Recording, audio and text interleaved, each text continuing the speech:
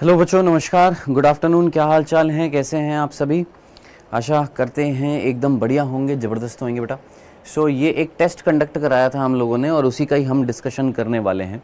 आज से 2 हफ्ते पहले हम लोगों ने ये टेस्ट कंडक्ट कराया था और बहुत अच्छा रिस्पांस मिला था, बच्चों ने बहुत अच्छे नंबर लिए थे।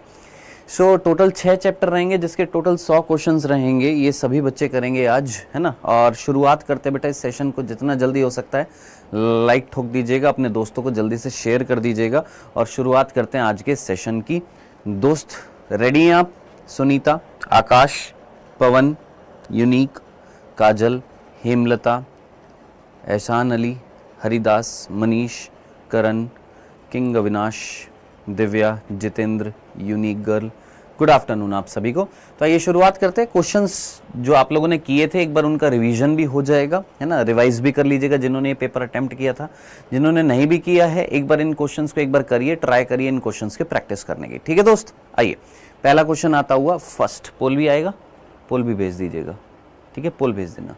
फर्स्ट क्वेश्चन पढ़िएगा, आंसर करिएगा बेटा, 30 सेकंड का समय मिलेगा। क्वेश्चन पढ़िए, आंसर करिए।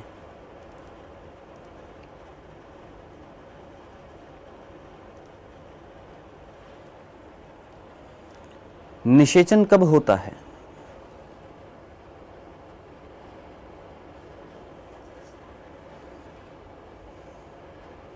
हाँ जी, कर दिया आप सभी ने आंसर? अरे इसमें टाइमर नहीं चलेगा क्या?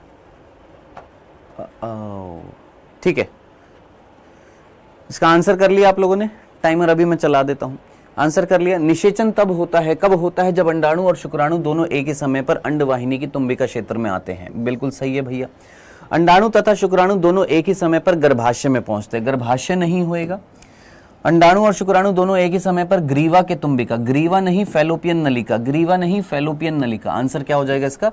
First is the correct answer. Answer कहां दिख जाएगा? नीचे लिखा हुआ दिख जाएगा आपको, first is the correct answer. ठीक है जी, नेक्स्ट दूसरे प्रश्न पर आते हैं।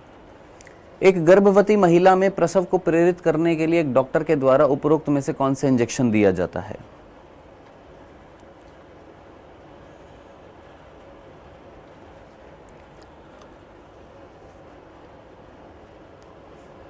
हाँ जी शिवानी शुक्ला, हाँ डिस्कशन के लिए बोला था बेटा आज।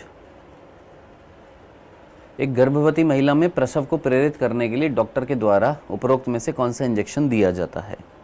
हाँ जी, कौन सा इंजेक्शन दिया जाता है? एस्ट्रोजन का दिया जाता है, रिलैक्सिन का दिया जाता है, कॉर्टिसोल का दिया जाता है या ऑक्सीटोसिन का दिया जाता है? सर ऑक्सीटोसिन का दिया जाता है। ऑक्सीटोसिन जो होता है इसको हम बर्थ हार्मोन बोलते हैं, याद रखना, जन्म हार्मोन बोलते हैं, जो गर्भाशय की मायोमेट्रियम को प्रसव कराने के लिए प्रेरित करता है। तो करेक्ट आंसर क्या हो जाएगा इसका?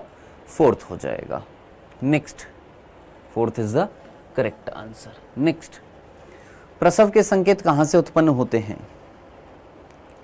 प्रसव के संकेत कहां से उत्पन्न होते हैं?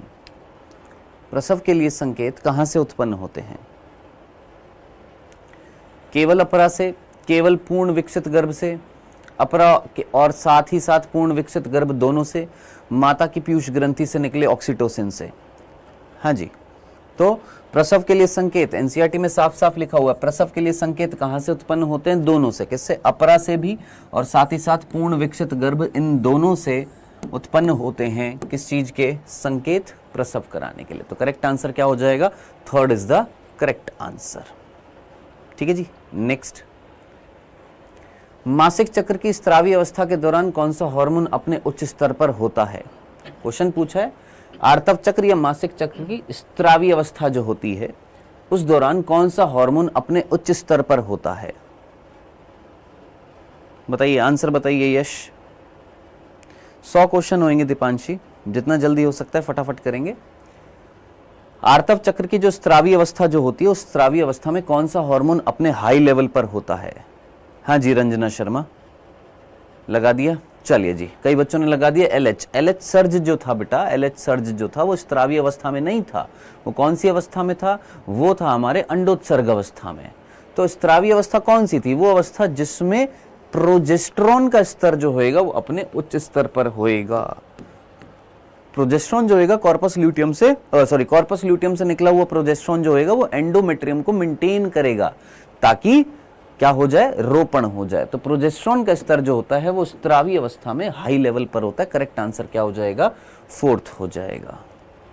नेक्स्ट, निम्नलिखित कौन सा एक कार्य अपरा का नहीं है? इनमें से कौन सा कार्य अपरा का नहीं है? इनमें से कौन सा कार्य है जो अपरा का नहीं है?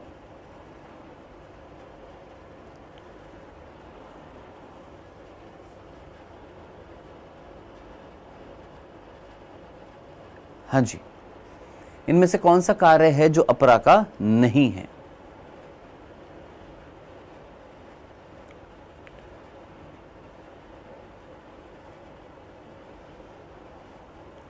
कर लिया, चलिए। भ्रूण को ऑक्सीजन और पोषक पदार्थ उपलब्ध कराने में मदद करती है अपरा? बिल्कुल जी करती है। एस्ट्रोजन और प्रोजेस्टेरोन का स्रावन करती है? एस्ट्रोजन, प्रोजेस्टेरोन, HCG, HPL इन हार्मोन्स को उत्पन्न करती है कौन? अपरा। भ्रूण में से कार्बन डाइऑक्साइड और अपशिष्ट पदार्थ को बाहर निकालने में हेल्प करती है? यस, एक्सक्रीशन में, उत्सर्जन में हेल्प करती है। भ्रूण को माता से रक्त उपलब्ध कराने में सहायता करती है? क्या रक्त उपलब्ध कराया जाता है? क्या माता का रक्त जो है बच्चे के अंदर डाला जाता है? क्या नहीं, अपरा एक बैरियर होती है, दोनों के बीच में एक बैरियर अवरोधक का कार्य करती है।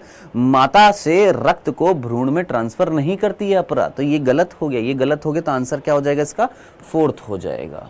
नेक्स्ट, निम्नलिखित कथनों को पढ़िए तथा गलत विकल्प का चयन करिए। कथनों को पढ़िए और गलत विकल्प का चयन करिए। गलत विकल्प क्या है यहां पर? रजोस्त्राव के सर्वप्रथम प्रारंभ को रजोदर्शन कहते हैं। रजोस्त्राव में एंडोमेट्रियम टूटकर बाहर आती है। अंडोत्सर्ग के प्रारंभ में रजोनिवृत्ति होती है और आर्तव चक्र के मध्य में अंडोत्सर्ग होता है। इनमें से गलत कथन आपको छांटना था। हाँ जी, बताइए Monu Kumar answer. Voice problem देखना एक बार, वॉइस प्रॉब्लम आ रही है क्या? हाँ जी, इनमें से कौन सा कथन गलत है? तो रजोस्त्राव के सर्वप्रथम प्रारंभ जब होता है तो उसको हम रजोदर्शन बोलते हैं। यस, जब पहली बार फीमेल में ब्लीडिंग होती है तो उसको हम क्या बोल रहे हैं? रजोदर्शन बोलते हैं, मिनार्च कहते हैं। बिल्कुल सही है जनाब। यहाँ पर रजोस्त्राव में एंडोमेट्रियम टूटती है, बिल्कुल टूटकर बाहर आती है, बिल्कुल उसके ऊतक जो है ब्लड के साथ में बाहर आते हैं। अंडोत्सर्ग के प्रारंभ में रजोनिवृत्ति होती है। रजोनिवृत्ति को हम क्या बोलते हैं? मेनोपॉज बोलते हैं। अब ये बोल रहा है कि जब अंडोत्सर्ग का प्रारंभ होएगा तब रजोनिवृत्ति आ जाएगी, जब मेनोपॉज आ जाएगा। बिल्कुल गलत है भैया। आर्तव चक्र के मध्य में अंडोत्सर्ग होता है। यस, आर्तव चक्र के मध्य में क्या होता है? अंडोत्सर्ग होता है। तो तीसरा यहाँ पर क्या था? गलत था, और तीसरा इसका क्या हो जाएगा? आंसर हो जाएगा। नेक्स्ट, निम्नलिखित में से कौन सी मादा जानवरों की युग्म आर्तव चक्र दर्शाती है? इनमें से कौन आर्तव चक्र दर्शाता है? इनमें से कौन से प्राणी आर्तव चक्र दर्शाते हैं?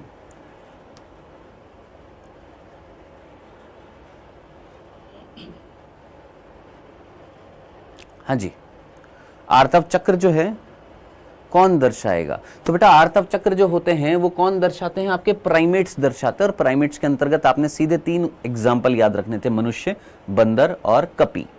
तो गाय नहीं होगा, चूहा नहीं होगा, कुत्ता नहीं होगा, हिरण नहीं होगा, बंदर और कपी।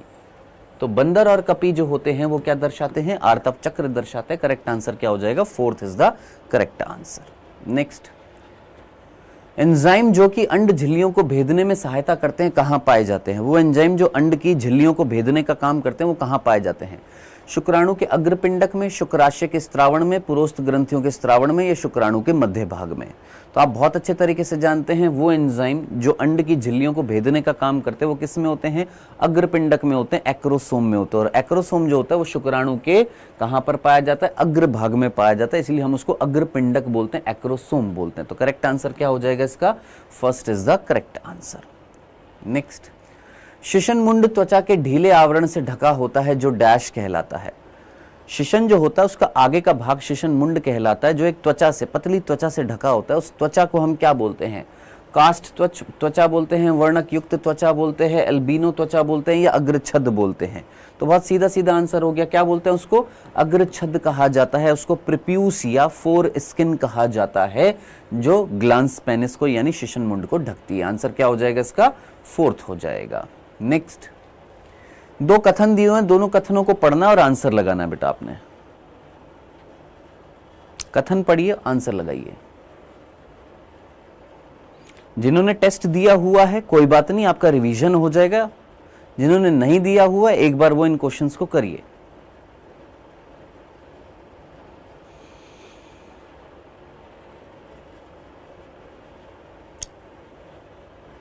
रटो मत, क्वेश्चंस को करो।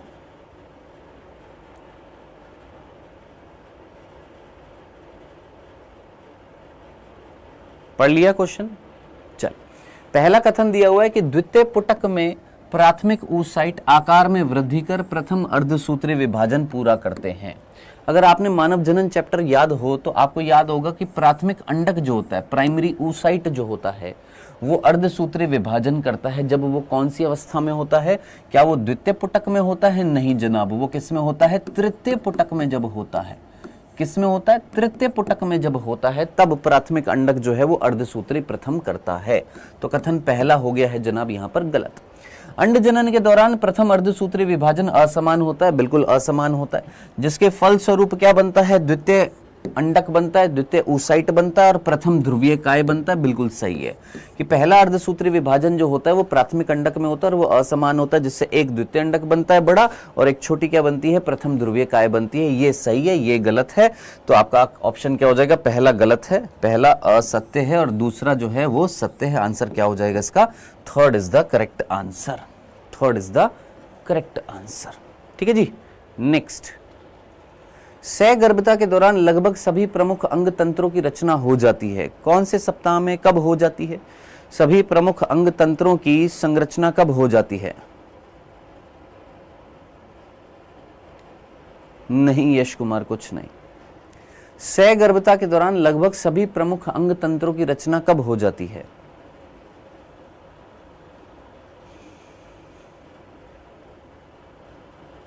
हाँ जी, याद आ रहा है आपको? जितने भी प्रमुख अंग तंत्र हैं उनकी रचना कब हो जाती है? तो याद रखना, पहली तिमाही के अंत तक। पहली तिमाही यानी तीसरे महीने के अंत तक, तीसरा महीना यानी 12 सप्ताह के अंत तक। तो सहगर्भता के 12 सप्ताह के अंत तक क्या बन जाते हैं? सारे के सारे प्रमुख अंग तंत्रों का क्या हो जाता है? निर्माण हो जाता है। करेक्ट आंसर क्या हो जाएगा इसका? फर्स्ट हो जाएगा। नेक्स्ट, ये चित्र दिया गया है, चित्र किस चीज को दर्शा रहा है? जरा देखिए यहां पर, इस चित्र को देखिए और देखिए ये चित्र किस चीज को दर्शा रहा है यहां पर। क्या ये ट्यूबेक्टोमी को दर्शा रहा है, वेसेक्टोमी को दर्शा रहा है, अंडाशय कैंसर को दर्शा रहा है, गर्भाशय कैंसर को दर्शा रहा है? किस चीज को दर्शा रहा है? हाँ जी, देखने से पता लग रहा है ये मादा के अंदर है जहां पर आपने फैलोपियन ट्यूब को काटकर बांध दिया है, यानी ये किसको दर्शा रहा है? ट्यूबेक्टोमी को दर्शा रहा है। किसको? ट्यूबेक्टोमी को, नलिका उच्छेदन को दर्शा रहा है। ठीक है जी, डिंब वाहिनी उच्छेदन को या अंड वाहिनी उच्छेदन को। नेक्स्ट, निम्नलिखित में से कौन सा उपाय गर्भ निरोध के प्राकृतिक उपायों में सम्मिलित है? इनमें से कौन सा उपाय है जिसको हम प्राकृतिक उपायों के अंतर्गत रखेंगे?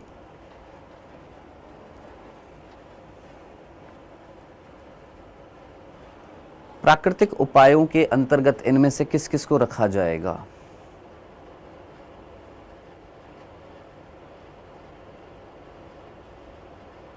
हाँ जी, तो स्तनपान अनार्तव होता है, बिल्कुल होता है। अंतरित मैथुन होता है, बिल्कुल होता है। आवधिक संयम होता है, हाँ, 3 ही तो विधि हैं। आईयूडी नहीं होता है, डायाफ्राम रोधक विधि है। उपरोक्त सभी होगा नहीं क्योंकि ये दोनों नहीं है। तो आंसर क्या आ जाएगा सर? हमारा फर्स्ट आ जाएगा, अंतरित मैथुन और आवधिक संयम। ये भी होता है ना? First is the correct answer. Next, copper मोचित करने वाली आईयूडी कौन सी है? इनमें से कौन सी आईयूडी है जो कॉपर को मोचित करती है? कॉपर निकालने वाली आईयूडी कौन सी है इनमें से? प्रोजेस्टासर्ट, LNG-20, मल्टीलोड 375, लिपिस लूप। हाँ जी यश बाबू, आप कर सकते हो।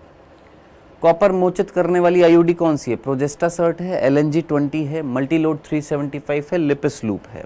तो आप जानते हैं कॉपर मोचित करने वाली आईयूडी के 3 उदाहरण हम लोगों ने पढ़े थे, कॉपर टी, कॉपर 7 और मल्टीलोड 375। तो ये 3 एग्जाम्पल हैं किसके? कॉपर मोचित आईयूडी करने वाले। तो third is the correct answer. Next, निम्नलिखित में से कौन सा विकल्प गलत है? इनमें से कौन सा विकल्प आपको गलत लग रहा है? इनमें से कौन सा विकल्प गलत लग रहा है? एक कॉपी और पेन उठाकर बैठ जाइएगा दोस्त और अपनी कॉपी में आंसर लिखते जाइएगा। अगर सीरियस एस्पिरेंट है, सीरियसली पढ़ाई कर रहे हैं तो कॉपी लीजिए, कॉपी में आंसर लिखते जाइए। 15th का ये आंसर, 16th का ये आंसर, और आंसर सही हो गया तो टिक लगा दीजिए, गलत हो गया तो क्रॉस लगा दीजिए, और लास्ट में चेकआउट करिए आपके कितने आंसर गलत हुए हैं। इनमें से कौन सा विकल्प गलत है एक बार देख लेते। 3 सही होंगे। सहेली जो है वो साप्ताहिक मुख गोली है, यानी सप्ताह में एक बार मुख से ली जाने वाली गोली है, बिल्कुल सही है। कॉपर टी अंत्यगर्भाशय युक्ति है, बिल्कुल आईयूडी है। कॉपर टी क्या एक प्रकार की आईयूडी, अंत्यगर्भाशय युक्ति है, बिल्कुल सही है। माला डी प्रतिदिन तक ली जाती है, यस 21 दिनों तक प्रतिदिन ली जाती है। 21 डेज तक प्रतिदिन ली जाती है, 7 दिन का फिर गैप किया जाता है, उस दिन आयरन की टैबलेट्स ली जाती है। ये तीनों सही है। चौथा गलत हो गया। क्या एमटीपी सहायक जनन प्रौद्योगिकी है? एआरटी के अंतर्गत क्या एमटीपी को रखा जाता है? एमटीपी एक सहायक जनन प्रौद्योगिकी नहीं है दोस्त। गर्भपात जो होता है उसको हम सहायक जनन प्रौद्योगिकी क्या होती है? वो दंपति जोड़े जो बच्चा पैदा नहीं कर पाते उनको सहायता करना बच्चा पैदा करने में, वो क्या कहलाती है? सहायक जनन प्रौद्योगिकी। तो एमटीपी सहायक जनन प्रौद्योगिकी थोड़ा ना है, तो ये क्या हो जाएगा? गलत हो गया, और गलत पूछा था, आंसर क्या हो जाएगा इसका? 4th हो जाएगा। नेक्स्ट हो गया 4th, ठीक है। नेक्स्ट मिलाना है आपने इस स्तंभ को। इस वाले क्वेश्चंस में कईयों को दिक्कत आई थी, अभी बता रहा हूं आपको। इस वाले को मिलाइए।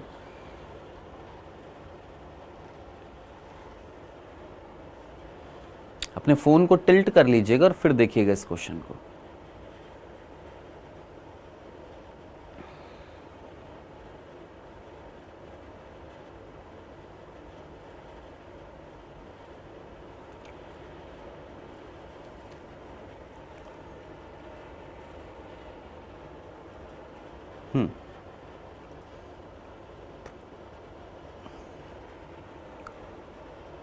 क्वालिटी इंक्रीज कर लीजिएगा ताकि आपको क्वेश्चन दिखाई दे जाए बेटा कुछ देर के लिए, ताकि ऐसे क्वेश्चन दिखाई दे जाएं। चलिए जी, अब यहां पर था सबसे पहले ये 3 कॉलम है और तीनों कॉलम्स को मैच करना है। सबसे पहले है तांबा मोचक आईयूडी, यानी तांबा मींस कॉपर। कॉपर मोचक आईयूडी इन 4 कार्यों में से आपने देखना था। कॉपर मोचक आईयूडी के अंडोत्सर्ग को रोकती है? नहीं। शुक्राणुओं को नष्ट करती है? हाँ करती तो है। आरोपण को रोकती है? नहीं। शुक्राणुओं की गतिशीलता? बिल्कुल सही है। तांबा मोचक आईयूडी जो है वो शुक्राणुओं की गतिशीलता को रोकती है, यानी ए का हो गया डी। अब ए का डी जनाब यहां पर इधर भी है, इधर भी है, इधर भी है। अब ए के डी के 4 4 4, यानी डेफिनेटली ए डी 4 होएगा। 4 क्या हो गया? मल्टीलोड 375। यस, तांबा मोचक आईयूडी का एग्जाम्पल क्या हो गया? मल्टीलोड 375, यानी ये भी सही है, ये भी सही है, ये भी सही है। अब नेक्स्ट पर आते हैं। बी का, या तो इसको तो हम हटा ही देते हैं, ये तो होगा नहीं हमारा। बी का A1, बी का C1, बी का A2 देख लेते हैं। बी का A1, बी का A2, बी का C1 देख लेते हैं। हार्मोन मोचक आईयूडी जो होते हैं उनके 2 कार्य होते हैं, याद रखना। हार्मोन मोचक आईयूडी जो है आपकी एनसीईआरटी में हार्मोन मोचक आईयूडी के मात्र 2 कार्य लिखे हुए हैं। क्या? रोपण को रोकना, ध्यान से सुनना, रोपण को रोकना। किसको रोकना? रोपण को रोकना। और क्या करना जनाब? और गर्भाशय की ग्रीवा जो होती है उसको शुक्राणुओं के लिए प्रतिरोधी बना देना। ये साफ साफ लिखा हुआ है। तो हार्मोन मोचक आईयूडी जो है वो बी का या तो ए है या सी है। आरोपण को रोकना और अंडोत्सर्ग को रोकना। आरोपण को नहीं, अंडोत्सर्ग को रोकती है। तो बी का ए हो गया। अंडोत्सर्ग को रोकना, तो बी का ए हो गया, बी का ए हो गया, यानी ये ऑप्शन भी हमारा खत्म हो गया। बी का ए, बी का ए। अब ए का 1 है या ए का 2 है? हार्मोन मोचक आईयूडी LNG20 है या टुडे है? अब डेफिनेट सी बात है, कौन है? LNG20 कौन है? हार्मोन मोचक आईयूडी, यानी BA1। BA1 यहां था, यानी ये भी खत्म हो गया, ये भी खत्म हो गया। तो हमारा आंसर क्या आ जाएगा? फर्स्ट आ जाएगा। तो फर्स्ट इज द, एक सेकेंड, BA1, बी, रुक जाओ, BC1। बी आरोपण को रोकती है, अंडोत्सर्ग को रोकती है। हार्मोन मोचक आईयूडी जो है वो एक, अरे यार अंडोत्सर्ग को नहीं रोकती, आरोपण को रोकती है। मैं ऊपर क्यों लगा रहा था अंडोत्सर्ग, ये आ जाएगा, क्या आ जाएगा, BC1 आ जाएगा। माफ करना मैंने देखा नहीं ऊपर अंडोत्सर्ग लिखा हुआ है। किसको रोक रही थी, आरोपण को रोकती है। मैं अंडोत्सर्ग बार बार देख रहा था इधर, किसको रोक रही थी, आरोपण को रोक रही थी। तो B का हो जाएगा C और C के साथ क्या हो जाएगा 1। आंसर क्या हो जाएगा इसका, ये वाला हो जाएगा। अंडोत्सर्ग को नहीं रोकती। अंडोत्सर्ग को कौन रोक रही है, मुख गर्भ निरोधक गोली जो होती है वो अंडोत्सर्ग को रोकती है। नेक्स्ट, कॉलम ए और कॉलम बी को मिलाना था। अवरोध का तरीका कौन सा है, गोलियां कौन सी, आईयूडी कौन सा है, बंध्याकरण कौन सा है। यहां पर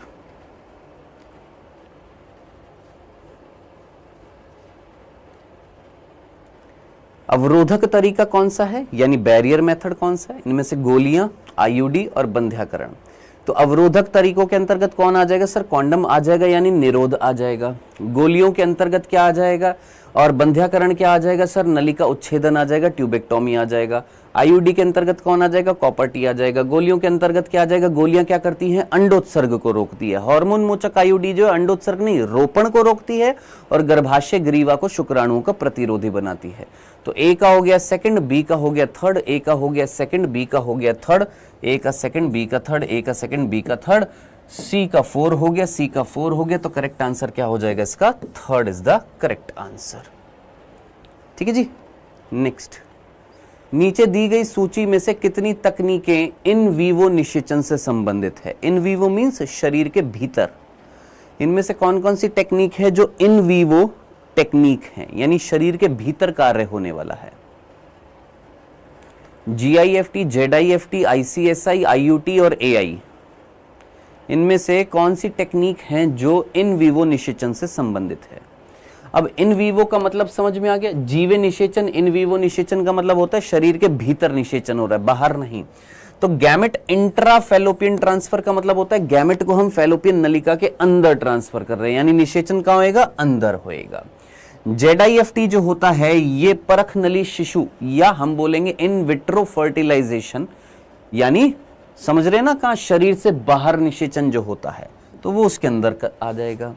ICSI इंट्रासाइटोप्लाज्मिक स्पर्म इंजेक्शन, यानी आप अंडाणु को लेंगे और उसके अंदर स्पर्म डालेंगे तो ये भी शरीर से कहां होएगा, बाहर होएगा। IUT ये भी इन विट्रो फर्टिलाइजेशन का पार्ट होता है, परख नली शिशु का एक भाग होता है IUT। दोनों में डिफरेंस क्या होता है, यहां पर 8 कोरक खंड वाली अवस्था को भ्रूण को डाला जाता है परख नली के फैलोपियन नलिका के अंदर, और यहां पर 8 से ज्यादा वाली को डाला जाता है। तो इंट्रा यूटेराइन ट्रांसफर होता है। अगर यहां पर IUI आता जो AI का पार्ट होता है तो हम बोलते हैं कि हाँ भैया वो भाग है। तो ये भी शरीर से बाहर ही होता है। इंट्रा यूटेराइन ट्रांसफर क्या एक टेक्निक है इन विट्रो फर्टिलाइजेशन की। बचा कौन है, AI मींस कृत्रिम गर्भाधान, यानी कृत्रिम वीर्य सेचन जो होता है, आर्टिफिशियल इंसेमिनेशन जो होता है। ये 2 टेक्निक हैं जो शरीर के अंदर हो रही हैं। निषेचन इन दोनों टेक्निक के परिणाम स्वरूप कहां हो रहा है, शरीर के अंदर हो रहा है। तो टोटल 2 टेक्निक हैं यहां पर जो शरीर के भीतर करेंगी। आंसर क्या हो जाएगा इसका, थर्ड हो जाएगा। नेक्स्ट, A से D तक यहां पर कुछ ऑप्शंस दिए हुए हैं, इनमें से सही कथनों को चुनना है आपने।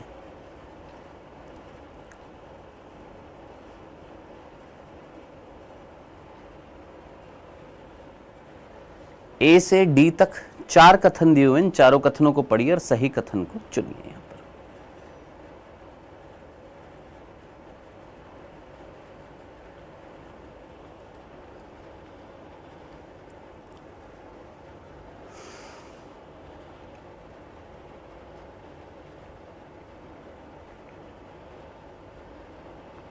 कर लिया बेटा, न्यूटन बाबा यादव जी थे, यादव जी कर लिया। पवन देवपाल, शिवम गिरी, इच अनु, ज्योति कुमारी, कृष्णा, युगांडावासी। नलिका उच्छेदन कौन होता है, ट्यूबेक्टोमी होता है। नलिका मींस ट्यूब, ट्यूबेक्टोमी। अब ट्यूबेक्टोमी क्या पुरुष में कराते हो कि महिला में कराते हो, महिला में, तो ये तो वैसे ही गलत हो गया जनाब, यहां पर ये तो वैसे ही गलत हो गया। ओरल पिल्स अंडोत्सर्ग को रोकती है, हाँ जी बिल्कुल सही है। जो मुख गर्भ निरोधक गोलियां जो होती हैं वो अंडोत्सर्ग को रोकती हैं, बिल्कुल रोकती है। कॉपर मोचक आईयूडी कॉपर आयन मोचित करके शुक्राणु की गतिशीलता और उनकी निषेचन क्षमता को कम कर देती है। बिल्कुल सही है, कॉपर मोचक आईयूडी से जो कॉपर आयन निकलता है वो शुक्राणु की गतिशीलता और निषेचन क्षमता को कम कर देता है। कॉन्डम जो है अवरोधक तरीका है गर्भ निरोधक का। बिल्कुल सही है, कॉन्डम जो है वो एक प्रकार का बैरियर मेथड होता है। तो बी सी डी ये सही है। अब बी सी डी सही है तो आंसर क्या हो जाएगा? Second is the correct answer. चलिए जी, आंसर क्या हो जाएगा इसका? सेकंड हो जाएगा। नेक्स्ट, सहेली मुखिया गोली के बारे में क्या सत्य नहीं है, यानी सहेली के बारे में क्या गलत दे रखा है? सहेली के बारे में क्या गलत दे रखा है?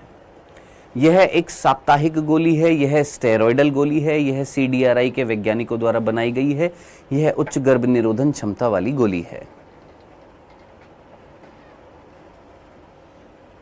हाँ जी, कर लिया, सिंपल सा था। तो कौन सा गलत है कि ये स्टेरॉयडल गोली है? नहीं भैया, ये नॉन स्टेरॉयडल गोली है। कैसी होती है? नॉन स्टेरॉयडल होती है। नॉन स्टेरॉयडल का मतलब इसमें स्टेरॉयडल हार्मोन्स नहीं है। स्टेरॉयडल हार्मोन्स कौन से थे? प्रोजेस्टेरोन, एस्ट्रोजन क्या थे? हमारे स्टेरॉयडल हार्मोन थे जो कोलेस्ट्रॉल से व्युत्पन्न होते हैं, उनको हम स्टेरॉइड्स बोलते हैं। डन। तो second is the correct answer क्योंकि ये गलत दे रखा था। नेक्स्ट, निषेचन के दौरान कौन सी संरचना शुक्राणु से संलयित होती है? इनमें से कौन सी संरचना? ये सारे एनसीईआरटी के ही क्वेश्चंस हैं, एक भी क्वेश्चन आउट ऑफ एनसीईआरटी नहीं है यहाँ पर। 1 2 3 4 इनमें से कौन सी संरचना है जो शुक्राणु से संलयन करेगी?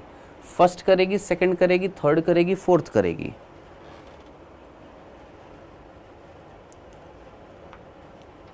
हाँ जी, वेल डन। कारपेट याद है आप सभी को? बहुत बढ़िया। इनमें से कौन सी संरचना है जो शुक्राणु से संलयन करती है? तो शुक्राणु से संलयन, ये देखो, ये हैं 2 कोरक खंड, ये हैं 4 कोरक खंड और ये हैं 16 कोरक खंड। भैया ये कब बनेंगे? जब युग्मनज विभाजन करेगा। तो युग्मनज किस कब बनेगा? जब ये अंडक किससे संलयन करेगा? शुक्राणु से संलयन करेगा, जिसमें बाहर कौन है भैया? यहाँ पर जोना पेलुसिडा होती है। ठीक है जी। सो ये संरचना है जो शुक्राणु से क्या करेगी? संलयन करेगी। आंसर क्या हो जाएगा इसका? फर्स्ट हो जाएगा। नेक्स्ट, हाइमन झिल्ली टूट सकती है। हाइमन यानी योनि छद। हाइमन कौन थी? योनि छद जो होती है ये कब टूटती है?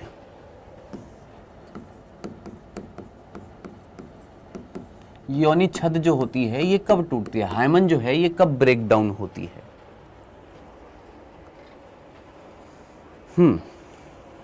रटे पड़े हैं क्या पवन देवपाल? क्वेश्चन रट लिए हैं क्या तूने?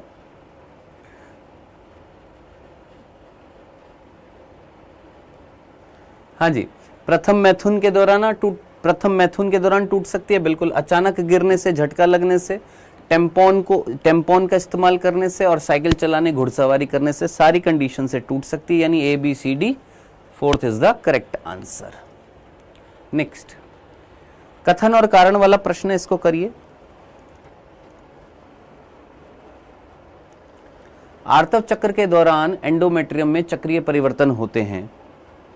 कथन जब पढ़ लो उसके बाद हाथ लगा लो और खुद से सोचो और फिर सोचो क्या कारण दे रखा है। ऐसे क्वेश्चन उनको करने का सिंपल सा तरीका है। कथन कारण वाले क्वेश्चंस को करने का बहुत सिंपल सा फंडा है। कथन पढ़ लिए, कारण मत पढ़िए। कारण अपने आप से पूछिए और वो कारण अगर आपको मिल जाए तो फिर उसकी तुलना करें जो कारण लिखा हुआ है। अगर आपका मैच हो जाए सही है। आर्तव चक्र के दौरान एंडोमेट्रियम में चक्रीय परिवर्तन होते हैं। क्यों होते हैं? सोचो, आर्तव चक्र के दौरान एंडोमेट्रियम में चक्रीय परिवर्तन होते क्यों होते हैं? किस लिए होते हैं? क्योंकि हार्मोनल चेंजेस होते हैं।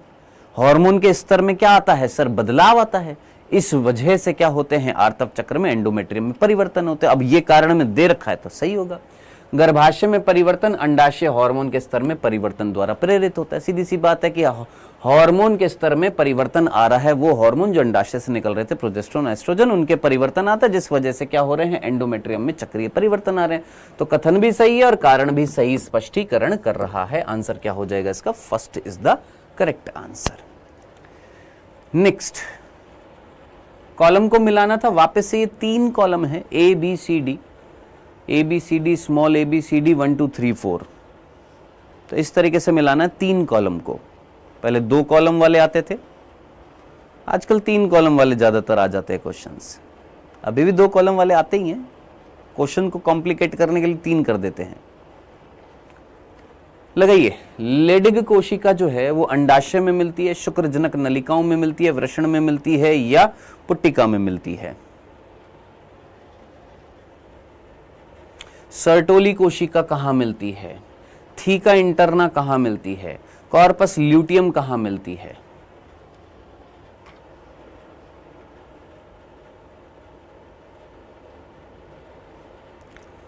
हाँ जी, कर लिया सभी ने? कोई ए लगा रहा है, कोई बी लगा रहा है। न्यूटन बाबा ने बी लगाया है और शिवम गिरी ने सी लगा दिया, अरविंद ने थर्ड लगा दिया है, युगांडा वासी ने फर्स्ट लगा दिया है, सारे ने अलग अलग लगा दिया है। चलो देख लेते हैं। पहले तो सोचिए थीका इंटरना कहां पर मिलती है। थीका इंटरना क्या ग्राफियन पुट्टिका में थी? तुमको ये अगर इनमें कंफ्यूजन हो रहा है, जिसमें नहीं हो रहा उसको सेलेक्ट कर लो पहले एक बार। थीका इंटरना क्या थी? थीका अंत्य थीका प्रवारक थी कोई, थीका इंटरना जिससे एस्ट्रोजन निकलता था।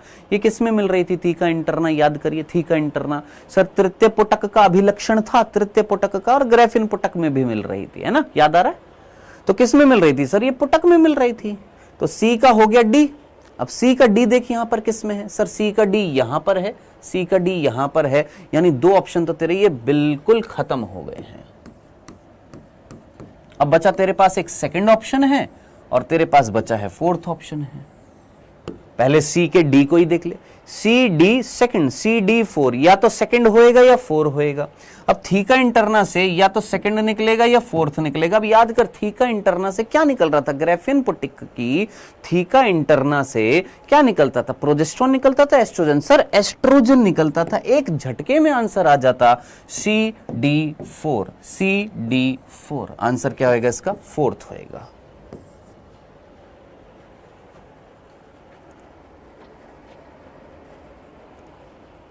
ना ही आपका फर्स्ट था, ना ही सेकंड था, ना ही थर्ड था, सीधा आंसर क्या था? 4th था। समझ में आया? तो हो सकता है आपको कंफ्यूजन हुआ हो क्या कि आपने सोचा सर लेडिग कोशिका शुक्रजनक नलिका। अरे लेडिग कोशिका शुक्रजनक नलिका के बाहर मिल रही थी, सर्टोली कोशिका शुक्रजनक में थी ना। लेडिग कोशिका तो वृषण में मिलेगी, थीका इंटरना फॉलिकल में मिलेगी, कॉर्पस ल्यूटियम अंडाशय में मिलेगी। भाई समझ में आया क्या गलती करी आपने? नेक्स्ट, निम्न में से कितनी संरचनाओं में गुणसूत्र की संख्या 46 होती है?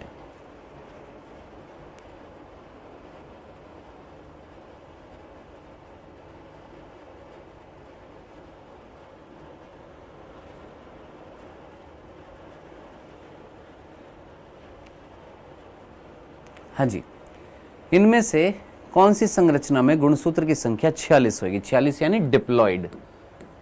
हमारे अंदर डिप्लॉइड नंबर ऑफ क्रोमोसोम कितने हैं? 46 हैं। आंसर बताइए, 46 नंबर ऑफ क्रोमोसोम यानी डिप्लॉइड कोशिका कौन कौन सी है इनमें से? तो सर डिप्लॉइड कोशिका कौन कौन सी है यहाँ पर मेरे भाई? जल्दी से सोचिए। सर स्पर्मेटोजुआ, स्पर्मेटोजुआ कौन होते हैं? स्पर्म होते हैं। कैसे होते हैं? हैप्लॉइड। द्वितीय अंडक जो होता है कैसा होता है? हैप्लॉइड। स्पर्मेटोगोनिया ये कौन थी? शुक्राणु जन कोशिका, ये कैसी थी? डिप्लॉइड थी। द्वितीय स्पर्मेटोसाइट जो होता है ये भी कैसा था सर? हैप्लॉइड था। प्राथमिक स्पर्मेटोसाइट ये कैसा था सर? डिप्लॉइड था। स्पर्मेटिड ये हैप्लॉइड था। ध्रुवीय कोशिकाएं हैप्लॉइड थी। प्राथमिक oocyte ये डिप्लॉइड था। ऊगोनिया यानी अंड जननी ये भी कैसी थी? डिप्लॉइड थी।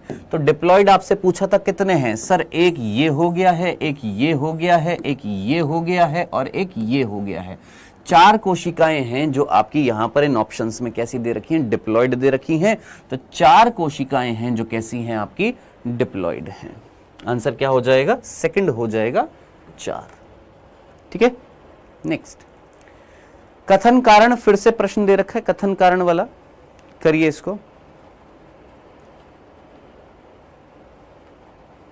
आएंगी रूपाली विश्वकर्मा, फिर से आएंगी बेटा। FSH सर्टोली कोशिकाओं पर कार्य करता है और शुक्राणु जनन की क्रिया को प्रेरित करता है।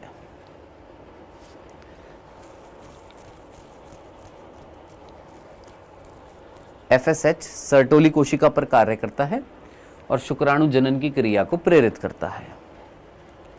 मैथुन क्रिया के दौरान पुरुष 20 से 30 करोड़ शुक्राणु स्खलित करते हैं। इट्स अनु, पवन देवपाल, रटे हुए हैं तुमने ये क्वेश्चन, है ना, युगांडा वासी। सर दिख नहीं रहा है, चश्मा लगाओ भाई।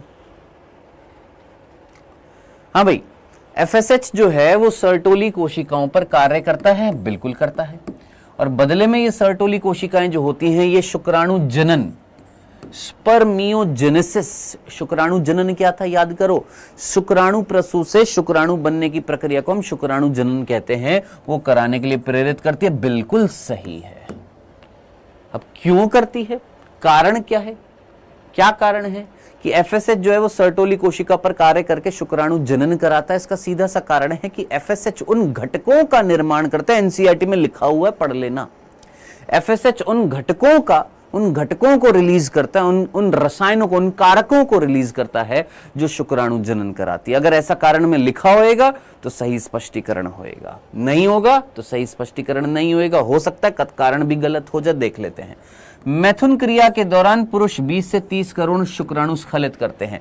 कारण सही दे रखा है, कारण गलत नहीं है कि 20 से 30 करोड़ निकालते हैं शुक्राणु, हाँ, लेकिन क्या ये इसका सही स्पष्टीकरण कर रहा है? नहीं जनाब, ये इसका सही स्पष्टीकरण नहीं कर रहा है। तो कथन और कारण दोनों सत्य है, लेकिन कारण जो है वो कथन का सही स्पष्टीकरण नहीं कर रहा है। आंसर क्या हो जाएगा इसका? सेकंड हो जाएगा। नेक्स्ट, फिर से कथन कारण वाला प्रश्न, आगे करिए इसको जल्दी से।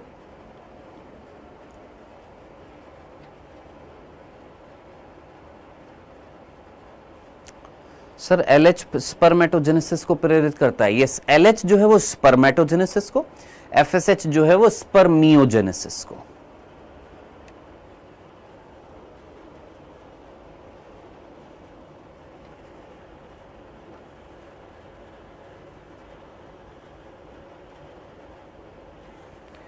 गर्भ निरोधकी की प्राकृतिक विधियों के अनुषंगी प्रभाव ज्यादा होते हैं। अनुषंगी मतलब दुष्प्रभाव, साइड इफेक्ट्स। जो प्राकृतिक विधियां जो होती हैं गर्भ निरोधक की, प्राकृतिक विधियों के साइड इफेक्ट्स बहुत ज्यादा होते हैं। बिल्कुल गलत है भाई साहब, नेचुरल मेथड जो होते हैं उनके साइड इफेक्ट्स नहीं होते हैं, हाँ, उनके असफल रहने की दर क्या होती है? ज्यादा होती है। तो कथन हो गया गलत, कारण देख लेते। इन विधियों में किसी दवा या साधन का उपयोग नहीं किया जाता, बिल्कुल सही है। इन विधि में हम किसी भी केमिकल्स का, किसी भी युक्ति का, किसी भी रसायन का, किसी भी दवा का, साधन का इस्तेमाल नहीं करते हैं। तो कथन हो गया गलत और कारण हो गया सही। कथन हो गया है गलत और कारण हो गया है क्या? सही। आंसर क्या हो जाएगा इसका? फोर्थ हो जाएगा। नेक्स्ट, फोर्थ लिखा हुआ है आंसर फोर्थ। नेक्स्ट, निषेचित अंडा कौन सी अवस्था में गर्भाशय के अंतर स्तर में अंतरोपित होता है? निषेचित अंडा जो है वो कौन सी अवस्था में गर्भाशय की एंडोमेट्रियम में रोपित होता है? हाँ जी, वो कौन सी अवस्था होती है निषेचित अंडे की जो एंडोमेट्रियम में जाकर जुड़ती है? तो हम जानते हैं उसका नाम क्या होता है? ब्लास्टोसिस्ट होता है, जिसको हम क्या बोलते हैं? कोरक पुट्टी बोलते हैं। तो कोरक पुट्टी जो होती है निषेचन के 1 हफ्ते बाद जाकर अंतः गर्भाशय भित्ति से जाकर क्या हो जाती है? जुड़ जाती है। आंसर क्या हो जाएगा? फोर्थ हो जाएगा। नेक्स्ट, एंट्रम उपस्थित होती है। एंट्रम जिसको हमने घेवर बोला था, अगर आपको याद आ रहा हो, घेवर, एंट्रम, ये किसका अभिलक्षण था? एंट्रम, घेवर, ये किसका अभिलक्षण था? द्वितीय पुटक का था, तृतीय पुटक का था, द्वितीय पुटक का था, प्राथमिक पुटक का था? सॉरी, द्वितीय अंडाणु लिखा हुआ है। हाँ जी, एंट्रम जो था वो किसका अभिलक्षण था? मेरे भाई इट्स अनु। इट्स अनु पढ़ाई वढ़ाई नहीं करती क्या? निखिल केवत हैं, पढ़ाई वढ़ाई नहीं करी है क्या? बिल्कुल नहीं करी है। राखी गौतम, नील बटे सन्नाटा हैं। तृतीय पुटक जो होता है, टर्शियन फॉलिकल जो होता है, उसका अभिलक्षण होता है कौन? घेवर, एंट्रम। एक खाली जगह, एक गुहा, तरल से भरी गुहा होती है जो किसमें पाई जाती है? तृतीय पुटक में पाई जाती है। आंसर क्या होगा इसका? सेकंड होएगा।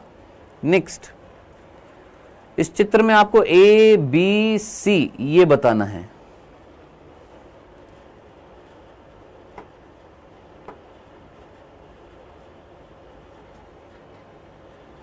हाँ जी, ए कौन है, बी कौन है, सी कौन है? तो ए आपको दिखाई दे रहा है, ए जो है वो एक्रोसोम है, अग्रपिंडक है।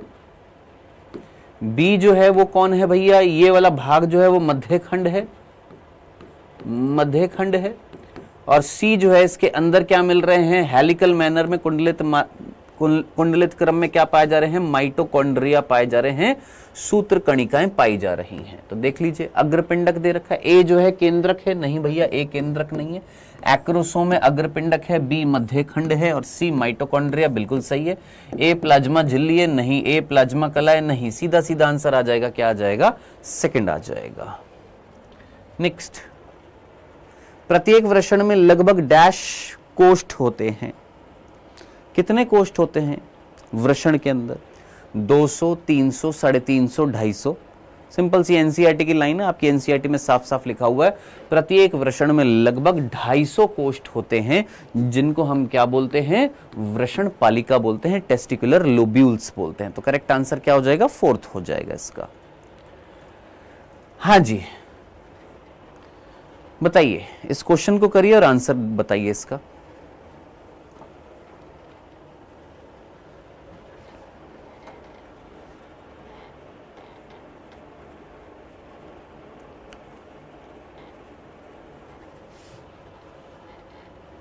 बत्तीस का आंसर,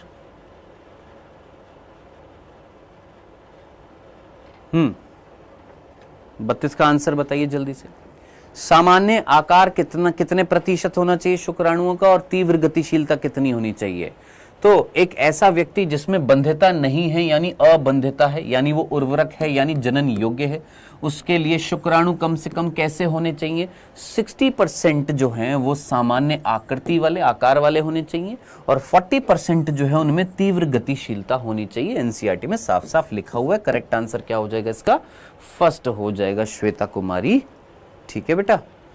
नेक्स्ट, तुक्के मत लगाओ, नहीं पढ़ा है तो पढ़ाई करो।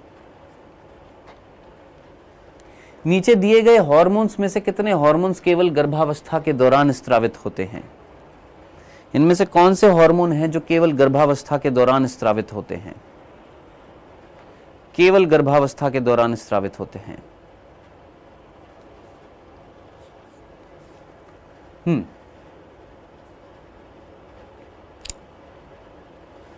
मृणाल, वो बच्चे ना आंसर कर पा रहे हैं यहां पर, इतना ही बता पाऊंगा। Estrogen, HCG, HPL, progesterone, relaxin, FSH, LH. हाँ जी, याद करिए इनमें से कौन से हार्मोन हैं जो केवल गर्भावस्था के दौरान निकलते हैं। एक तो HCG, human chorionic gonadotrophin, HPL, human placental lactogen और रिलैक्सिन। ये 3 हार्मोन थे जो केवल गर्भावस्था के दौरान निकलते हैं। तो कितने हो जाएंगे सर, 3 हो जाएंगे। अब आप मुझे बताइए ये दोनों कहां से निकले थे सर, ये निकले थे अपरा से, और जनाब ये कहां से निकला था, ये निकला था अंडाशय से। याद रखना, ये अंडाशय से निकला था। अंडाशय में पर्टिकुलरली जो कॉर्पस ल्यूटियम होती है वो निकालती है, और ये दोनों निकलते हैं किससे, अपरा से। हालांकि अपरा जो है वो एस्ट्रोजन भी निकालती है, प्रोजेस्टेरोन भी निकालती है, लेकिन एस्ट्रोजन प्रोजेस्टेरोन नॉर्मल महिला में भी निकलते हैं। ये दोनों जो है केवल गर्भवती महिला के अंदर ही निकलते हैं। तो आंसर क्या हो जाएगा, 1, 2 और 3। ये केवल 3 हार्मोन ऐसे हैं जो गर्भावस्था के दौरान ही निकलते हैं। नेक्स्ट, ट्यूबेक्टोमी क्या होती है। ट्यूबेक्टोमी, ट्यूबेक्टोमी क्या होती है। गर्भाशय को शल्य क्रिया द्वारा हटाना, शुक्र वाहिनी को काटकर धागे से बांध देना, अंडाशय को हटाना, फैलोपियन नलिका को काटकर बांध देना। तो ट्यूबेक्टोमी में हम फैलोपियन ट्यूब, ट्यूबेक्टोमी में ट्यूब वर्ड आ रहा है तो हम क्या करेंगे, जो फैलोपियन नलिका है, फैलोपियन ट्यूब है, उसको काटकर क्या कर देंगे सर, बांध देंगे। आंसर क्या हो जाएगा इसका, सीधा सीधा 4th हो जाएगा। नेक्स्ट, यदि नर बंधे हो तो निम्न में से कौन सी तकनीक बच्चे उत्पन्न करने के लिए सबसे अधिक कारगर होती है।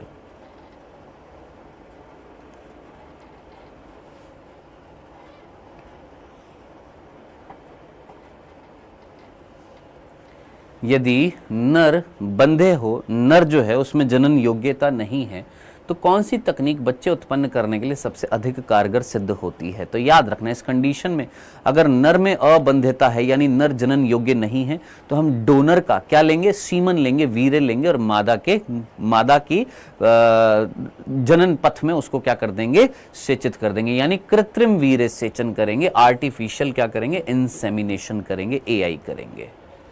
नेक्स्ट, गिफ्ट में अंडाणु तथा शुक्राणु का मिलन कहां होता है।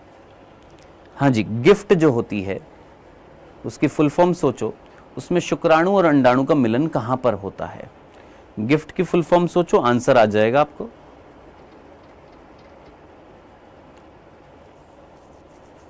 हाँ जी, गिफ्ट में अंडाणु तथा शुक्राणु का मिलन क्या होता है? गिफ्ट की फुल फॉर्म क्या होती है? Gamete, gamete intra fallopian transfer. अब आप आसानी से लगा सकते हैं कहां पर ट्रांसफर कर रहे हैं गैमेट्स को? सर फैलोपियन नलिका के अंदर ट्रांसफर कर रहे हैं, तो निषेचन कहां पर होएगा? सर फैलोपियन नलिका में होएगा। करेक्ट आंसर क्या आ जाएगा सर? फर्स्ट हो जाएगा। नेक्स्ट पढ़िए जनाब इसको और करिए। निम्न में से कौन सा कथन आईयूडी के लिए सही नहीं है? निम्न में से कौन सा कथन आईयूडी के लिए सही नहीं है?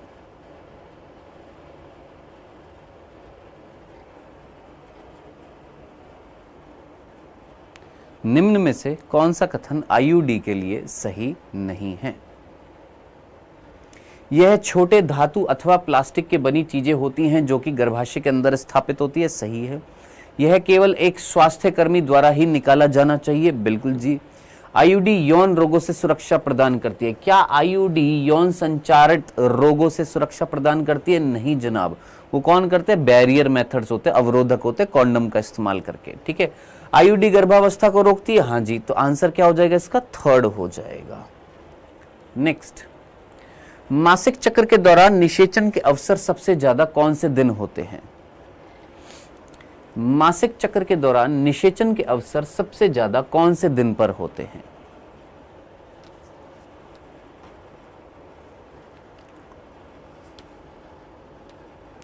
मासिक चक्र के दौरान निषेचन के अवसर सबसे ज्यादा कौन से दिन पर होते हैं? हाँ जी, प्रारंभिक 5 दिन, अंतिम 7 दिन, 21 से 25वें दिन। आपको याद होगा 10 से 17वां दिन जो होता है इसको हम क्या बोलते हैं? निषेचन अवधि बोलते हैं। याद रखना, इसको हम क्या नाम देते हैं? निषेचन अवधि बोलते हैं। हमारी एनसीईआरटी ने भी ये लिखा हुआ है जनन स्वास्थ्य चैप्टर में, अगर आपको याद आ रहा हो तो आंसर क्या हो जाएगा इसका? थर्ड हो जाएगा। नेक्स्ट, भारत सरकार ने चिकित्सीय सहगर्भता समापन को कौन से वर्ष में इसके दुष्प्रयोग को रोकने हेतु कुछ कड़ी शर्तों के साथ कानूनी स्वीकृति प्रदान की थी? कौन से वर्ष में एमटीपी को लागू किया गया था? हाँ जी, 1951, 1971, 1977, 1978। तो याद होगा आपको 1971 में स्वीकार किया गया था भारत सरकार ने किसको? एमटीपी को, कड़े नियमों के साथ में। ठीक है जी, आंसर क्या हो जाएगा इसका? सेकंड हो जाएगा। तो जो यहां पर 1951 लगा रहे थे, भोंदुओ 1951 में परिवार नियोजन कार्यक्रम आया था। घोंचू 1951 में परिवार नियोजन कार्यक्रम आया था यहां पर। बस तुम वर्ष तुम्हारे दिमाग में एक ही याद रहेगा, 1950। अरे वो परिवार नियोजन कार्यक्रम था जिसको अभी परिवार कल्याण के नाम से जाना जाता है। लड्डू। नेक्स्ट, गर्भ निरोधक गोलियों में होता है। गर्भ निरोधक गोलियों में क्या होता है?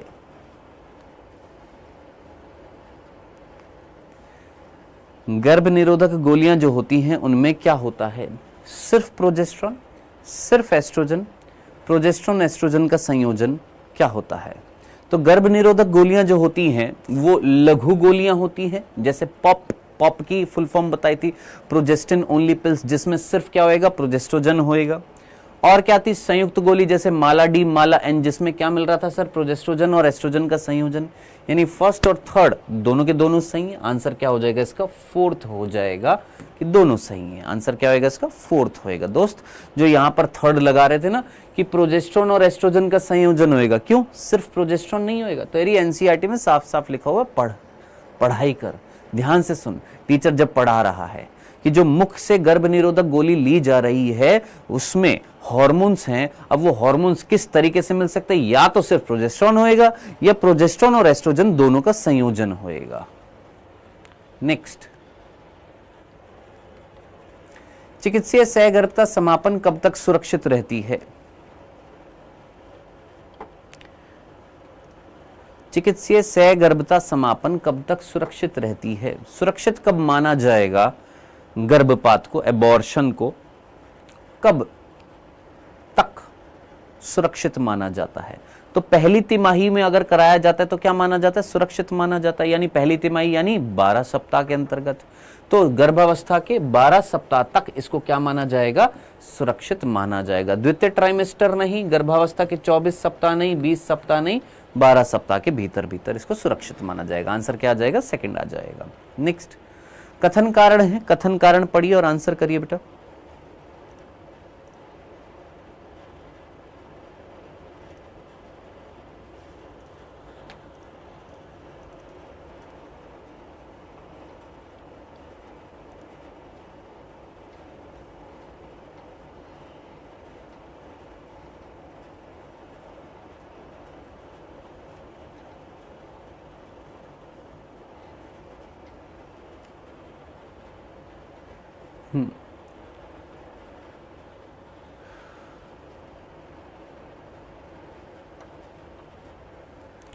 रोधक विधि से गर्भाधान को रोका जा सकता है। जो रोधक विधि जो होती है उससे गर्भाधान को रोका जा सकता है, बिल्कुल रोका जा सकता है। कैसे रोका जा सकता है? ये रोधक विधि कैसे रोकती है गर्भाधान को? सोचो, रोधक विधि जैसे condom, diaphragm, cervical cap, vault, ये क्या कहलाती है? रोधक विधि कहलाती है। ये गर्भधारण होने से रोकती है। कैसे रोकती है? कैसे रोकती है? सर, ये शुक्राणु और अंडाणु के भौतिक मिलन को रोकती है। एनसीईआरटी की लाइन है, ध्यान से पढ़ना जनन स्वास्थ्य चैप्टर में। शुक्राणु और अंडाणु के मिलन को रोकती है, संगम को रोकती है, निषेचन को रोकती है, संलयन को रोकती है, शुक्राणु और अंडाणु से मिलने से रोकती हैं। बिल्कुल सही दे रखा है, सही स्पष्टीकरण कर रहा है। तो आंसर क्या हो जाएगा जनाब? फर्स्ट हो जाएगा। नेक्स्ट, हाँ जी, इनमें से कौन सी हार्मोनल विधि से संबंधित है? इनमें से कौन सा चित्र हार्मोनल विधि से संबंधित है?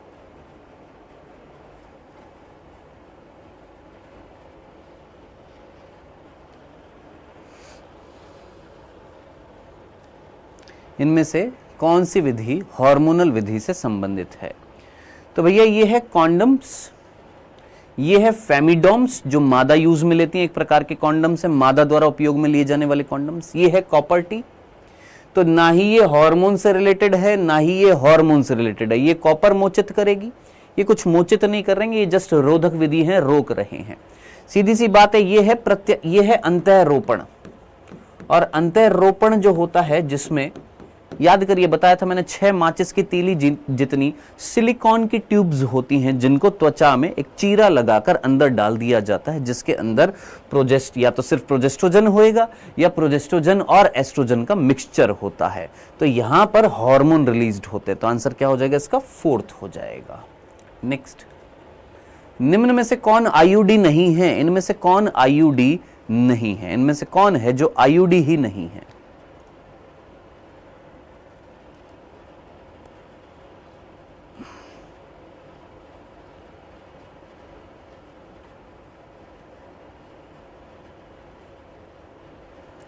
इनमें से कौन आईयूडी नहीं है? प्रोजेस्टासर्ट, LNG-20, मल्टीलोड 375 या इम्प्लांट? इम्प्लांट मीन्स अंतःरोपण। इम्प्लांट मीन्स अंतःरोपण। इनमें से कौन आईयूडी नहीं है? प्रोजेस्टासर्ट और LNG-20 ये क्या थी? हार्मोन मोचक आईयूडी थी। मल्टीलोड 375 ये कॉपर मोचक आईयूडी थी। अंतःरोपण जो है वो आईयूडी नहीं है। तो आंसर क्या हो जाएगा हमारा? 4th हो जाएगा। 4th is the correct answer. Progestasert और LNG-20 बेटा ये हार्मोनल आईयूडी थी। ये कौन सी आईयूडी थी? हार्मोनल आईयूडी थी। जो यहां पर प्रोजेस्टासर्ट लगा रहे हो भोंदुओ, तुमको याद नहीं है, एग्जाम्पल तुमको बताया था। हार्मोन मोचक आईयूडी के 2 एग्जाम्पल थे, एक थे प्रोजेस्टासर्ट और एक था LNG-20। और कॉपर मोचक आईयूडी के 3 एग्जाम्पल थे, कॉपर टी, कॉपर 7, मल्टीलोड 375। और एक औषधि रहित आईयूडी थी जिसका नाम था लिपिस्लूप। ये भी आईयूडी है, ये दोनों भी आईयूडी है, ये आईयूडी नहीं थी। आंसर क्या होगा? 4th होएगा। Next, 4th। नेक्स्ट, लगाइए इसका आंसर करिए। विश्व की जनसंख्या 1900 में कितनी थी? 2000 में कितनी थी? विश्व की जनसंख्या 1900 में कितनी थी और 2000 में कितनी हो गई थी?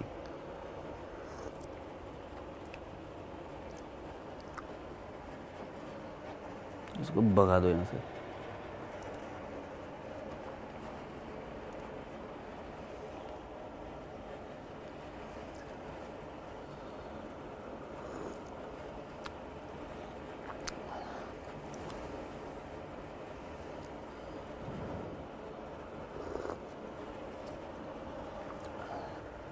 हम्म 1900 में कितनी थी जनाब? 2 अरब थी, जो बढ़कर कितनी हो गई थी जनाब? 6 अरब हो गई थी। अब देख लो, अरब को हम क्या बोलते हैं? बिलियन बोलते हैं। तो 2 बिलियन थी जो कितनी हो गई थी? 6 बिलियन हो गई थी। करेक्ट आंसर क्या हो जाएगा इसका? सेकंड हो जाएगा। नेक्स्ट, धान के परागकण अपनी जीवन क्षमता खो देते हैं। कब खो देते हैं धान के परागकण?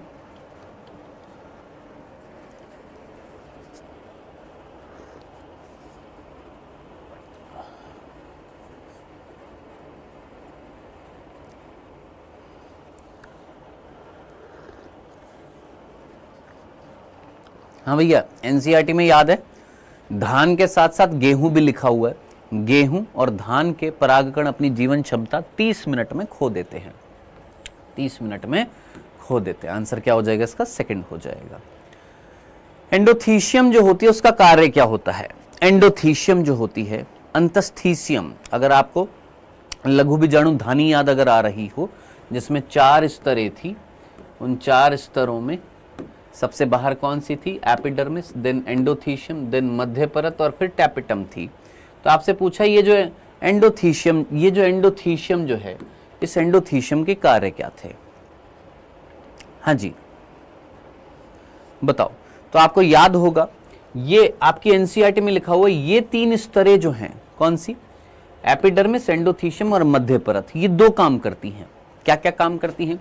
एक तो ये फटने में मदद करती हैं और सुरक्षा प्रदान कर रही हैं।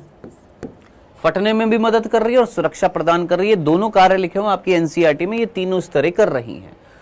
अब इन तीनों स्तरों में क्या एंडोथीशियम आ रही है? हाँ आ रही है। तो एंडोथीशियम के भी यही दोनों कार्य बनेंगे, बिल्कुल बनेंगे। तो पराग कोश के फटने में मदद कर रही है, सुरक्षा प्रदान करने में हेल्प कर रही है। तो आंसर क्या हो जाएगा इसका? 4th हो जाएगा कि पहला और दूसरा दोनों कर रही है। ठीक है अनामिका, समझ में आया? नेक्स्ट, किस पादप में अनुन्मील्य प्रकार के पुष्प पाए जाते हैं? किस पादप में अनुन्मील्य प्रकार के पुष्प पाए जाते हैं? कौन सा प्लांट है जिसके अंदर अनुन्मील्य प्रकार के पुष्प पाए जाते हैं? अनुन्मील्य का मतलब याद आ रहा है? क्लीस्टोगेमस, यानी बंद पुष्प। बंद पुष्प किसके अंदर पाए जा रहे थे? तो याद करिए, हमारी एनसीईआरटी में साफ साफ लिखा हुआ है, कोमेलिना, ऑक्जेलिस और वियोला, ये 3 पादप हैं जिसमें दोनों प्रकार के पुष्प पाए जाते हैं। अनुन्मील्य भी पाए जाते हैं, उन्मील भी पाए जाते हैं। याद रखना, एक ही पेड़ पर, इनके ऊपर एक ही पेड़ है। जैसे ऑक्जेलिस का एक पेड़ है जिसपे अनुन्मील्य भी पाए जाते हैं, उन्मील भी पाए जाते हैं। आपसे क्वेश्चन में पूछा अनुन्मील्य किस में पाए जाते हैं? तीनों में पाए जाते हैं। तो उपरोक्त सभी में पाए जाते हैं। आंसर क्या हो जाएगा इसका? 4th हो जाएगा। जनाब यहां तक की बात आपको समझ में आ गई है? कोई तकलीफ यहां तक? कोई कंफ्यूजन यहां तक? यहां तक की बातों में किसी को कोई कंफ्यूजन तो नहीं था? ये कौन सा है? पार्ट 2 है।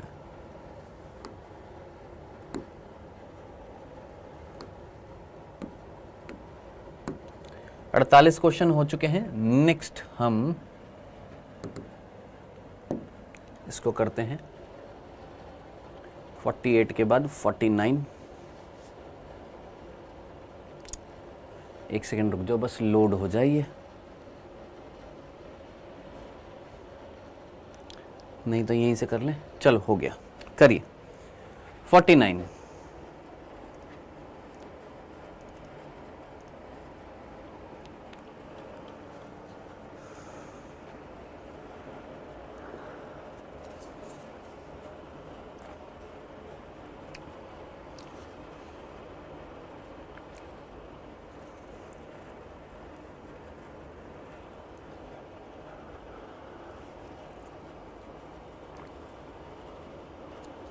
लगाइए बेटा। प्रांकुर चोल मूलांकुर चोल संरचनाएं किससे संबंधित है?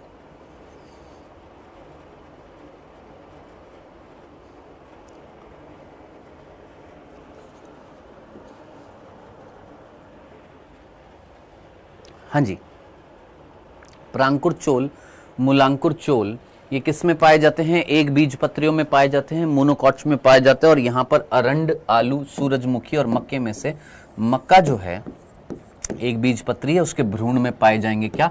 प्रांकुर चोल, मूलांकुर चोल। आंसर क्या होएगा इसका? थर्ड होएगा। वेल डन बच्चों, बहुत ही बढ़िया। अरंड नहीं होएगा, मक्का होएगा। गलत कथन को चुनिए। एनसीईआरटी में मक्का लिखा हुआ है, ध्यान से पढ़ बेटा।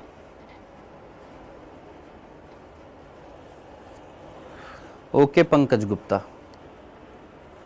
गलत कथन को चुनना है, गलत कथन को चुनिए यहां पर। आवर्त बीजियों में परिपक्व नर युग्मक उद्भिद 3 कोशिकीय होता है। कायिक कोशिका जनन कोशिका की तुलना में छोटी होती है, कायिक कोशिका बड़ी होती है तथा प्रचुर मात्रा में भोजन संचित करती है। जनन कोशिका कायिक कोशिका के कोशिका द्रव्य में मुक्त रूप से उतारती रहती है। हाँ जी, आपको गलत क्या लग रहा है? आप जानते हैं कायिक कोशिका जो थी वो जनन कोशिका से बड़ी थी, ये बोल रहा है जनन कोशिका की तुलना में छोटी है, तो भैया ये गलत हो गया। आपको याद आ रहा है परागकण के अंदर एक बड़ी कोशिका थी और एक छोटी कोशिका थी, याद आ रहा है? जो बड़ी कोशिका थी उसको हमने कायिक कोशिका बोला, छोटी कोशिका को जनन कोशिका बोला। ये गलत दे रखा है, गलत दे रखा है, तो आंसर क्या हो जाएगा? सेकंड हो जाएगा। नेक्स्ट, निम्नलिखित में से किसमें एक अंडाशय में अनेक बीजांड पाए जाते हैं? एक अंडाशय में अनेक बीजांड इसमें से किसमें पाए जाएंगे? एक अंडाशय में अनेक बीजांड किसमें पाए जाएंगे? गेहूं में, चावल में, आम में, पपीते में? हाँ भाई, अंडाशय जो आगे चलकर फल बनाएगा और बीजांड आगे चलकर बीज बनाएंगे। अब सोचो इनमें से कौन सा ऑप्शन है जिसमें अंडाशय में अनेक बीजांड है, यानी फल में अनेक बीज होंगे, इनमें से कौन सा है जिसमें अनेकों बीज पाए जाएंगे? तो सर पपीता, सीधा सीधा आंसर है। तो जो यहां पर गेहूं लगा रहे हैं, चावल लगा रहे हैं, आम लगा रहे हैं, थोड़ा कॉमन सेंस लगा लेते हैं, आंसर आ जाता आपका है। नेक्स्ट, फोर्थ आंसर है इसका। नेक्स्ट, मक्के के बीज में एक बड़ा ढाल आकृति का बीज पत्र होता है, वो क्या कहलाता है? मक्का एक बीज पत्री और उसके अंदर एक बीज पत्र जो होता है, उस एक बीज पत्र को हम क्या बोलते हैं? स्कूटेलम, प्रांकुर, प्रांकुर चोल, मूलांकुर चोल। आप सीधा सीधा आंसर लगाएंगे क्या?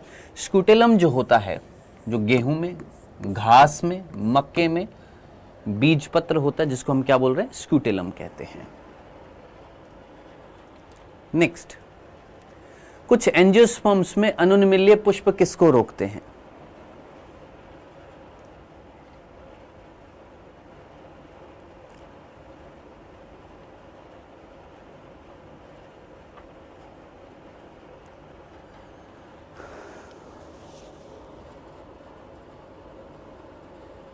अनुन्मील्य पुष्प जो होते हैं वो किसको रोकते हैं? अनुन्मील्य पुष्प मीन्स बंद पुष्प हैं, ये बंद पुष्प हैं।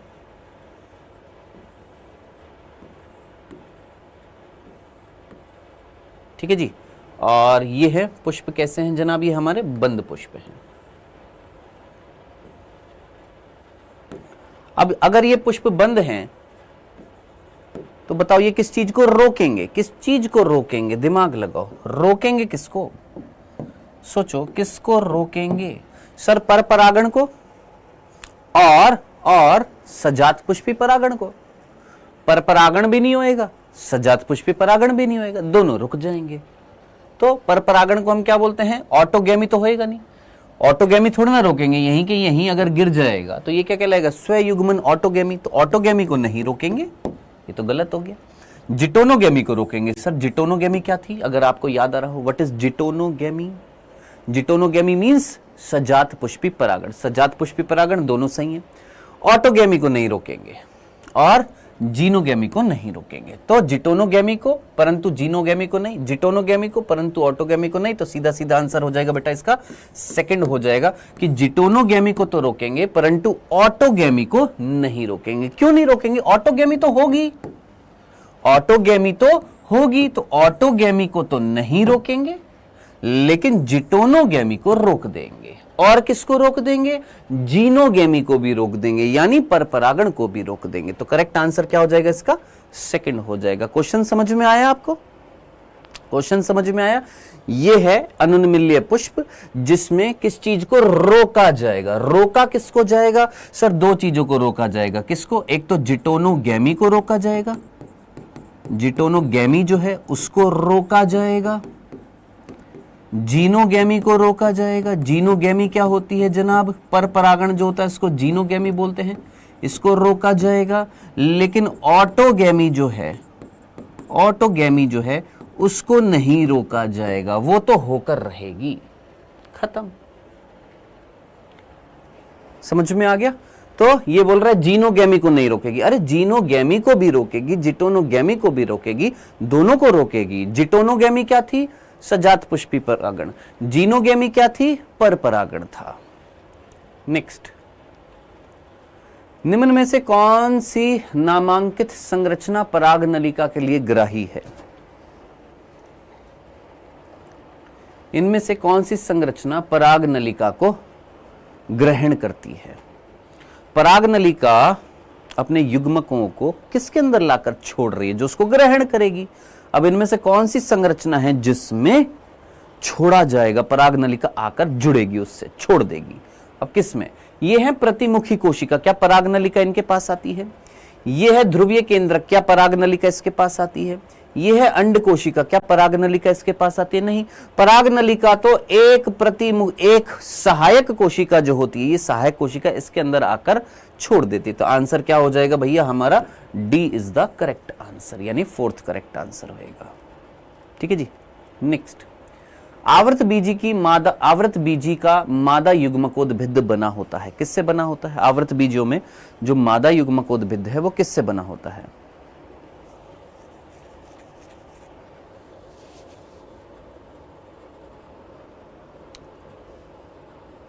हाँ जी, आवृत बीजी जो होते हैं उनमें मादा युग्मकोद्भिद जो होता है वो किसका बना होता है?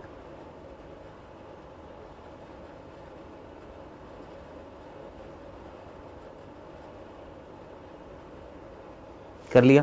किस चीज का बना होता है? इस क्वेश्चन में देखिएगा, ये है हमारा अंड उपकरण, ये है प्रत्यासंत कोशिका या प्रतिमुखी कोशिका, और एक है कौन? केंद्रीय कोशिका। तीन चीजों से बना हुआ है।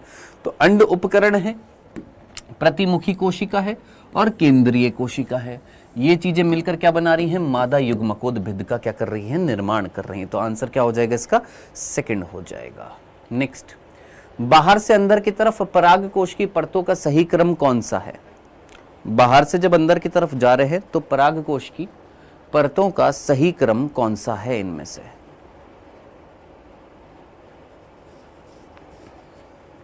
हाँ जी, थोड़ा सा फास्ट करें अभी, क्योंकि 1:30 बजे तक मुझे ये क्लास बंद करनी है। 1:30 बजे तक है ना, तो थोड़ा सा फास्ट करते हैं। ठीक है, तो बाहर से अंदर की तरफ अगर मैं पराग कोश की परतों की बात करूं तो सबसे बाहर कौन होती है? एपिडर्मिस होती है, फिर उसके बाद एंडोथीशियम होती है, फिर मध्य परत होती है और फिर टैपिटम होती है। सबसे बाहर ये, फिर इसके बाद ये, फिर इसके बाद ये। आंसर क्या हो जाएगा इसका? Fourth is the correct answer. Next, निम्न में से कितने अभिलक्षण कीट परागण के लिए सहायक होते हैं? यानी कीटों के द्वारा अगर परागण करना है तो कौन कौन से लक्षण चाहिए? तो क्या चमकीला रंग होना चाहिए? कीटों को आकर्षित करना है तो चटकीले रंग के होने चाहिए? बिल्कुल होने चाहिए। मकरंद उपस्थित होना चाहिए, नेक्टर उपस्थित होना चाहिए। सर मकरंद क्या होता है? पोषणीय पदार्थ होता है। कीट आएगा तो आप उसको पुरस्कार के रूप में, परितोषक के रूप में कुछ खिलाएंगे, वो क्या होएगा? मकरंद। ये भी होना चाहिए। रोमिल वर्तिकाग्र, ये रोमिल वर्तिकाग्र किस में होती है जनाब? ये वायु परागण में होती है, कीट परागण में नहीं होती है ना। और पुष्प में दुर्गंध, पुष्प जो है गंध, दुर्गंध, सुगंध, ये निकालेंगे ताकि कीटों को आकर्षित कर सके। बिल्कुल। तो ये तीन लक्षण जो है वो किस में होंगे? कीट परागित पुष्प में होंगे। कितने? ये तीन लक्षण जो है वो किस में होंगे? कीट परागित पुष्प में होंगे। आंसर क्या हो जाएगा आपका? 3 हो जाएगा। नेक्स्ट, बीजांडकाय कोशिका एवं क्रियात्मक गुरु बीजाणु की गुणिता क्या होगी? बीजांडकाय कोशिकाएं जो होती हैं वो कैसी होती हैं? डिप्लॉइड होती है कि हैप्लॉइड होती है? बीजांडकाय यानी न्यूसिलस, म्यूसिलस कैसी होती है बेटा? डिप्लॉइड होती है। और क्रियात्मक गुरु बीजाणु जो होता है वो कैसा होता है? हैप्लॉइड होता है। तो 2n और n, 2n और n। आंसर क्या हो जाएगा इसका? Third is the correct answer. Next, इस दिए गए चित्र में आपको एक त्रिगुणित संरचना को पहचानना था। इस साल नीट में ऐसा ही क्वेश्चन पूछा गया था इस साल, जिसमें आपका एक बीजपत्री जो एक बीज पत्री जो भ्रूण है उसकी संरचना दी हुई थी, आपकी एनसीईआरटी का ही डायग्राम था और उसमें पूछा था, है ना, याद आ रहा है? सेम ऐसा ही क्वेश्चन है, बस डायग्राम थोड़ा सा बदल दिया, उस डायग्राम की जगह दूसरा डायग्राम बदल दिया है और पूछा है कि आपको एक त्रिगुणित संरचना, अब त्रिगुणित संरचना कौन है सर? भ्रूण पोष है। अब आपको इस डायग्राम में भ्रूण पोष छांटना था। भ्रूण पोष कहां है? ये है भ्रूण पोष, दिस इज भ्रूण पोष। ये कौन है भैया? ये भ्रूण पोष है। ये कौन है? भ्रूण पोष है। अब ये भ्रूण पोष है तो आंसर क्या हो जाएगा? फोर्थ हो जाएगा, यानी ए जो है वो कौन है? भ्रूण पोष है, यानी fourth is the correct answer. एक गुरु बीजाणु से एक परिपक्व मादा युग्मकोद्भिद निर्माण के लिए कितने अर्धसूत्री और समसूत्री विभाजन की जरूरत होती है? किससे? गुरु बीजाणु से एक परिपक्व मादा युग्मकोद्भिद। पहले तो ये समझिए, ये है गुरु बीजाणु मात्र कोशिका, जिससे क्या बनते हैं? 4 गुरु बीजाणु बनते हैं, जिसमें क्या होता है? एक बार मियोसिस होता है, अर्धसूत्री होता है, जिसमें से ये 3 नष्ट हो जाते हैं। एक जो है आगे चलकर क्या करता है? 2 बार क्या करता है? 3 बार क्या करता है? समसूत्री विभाजन करता है।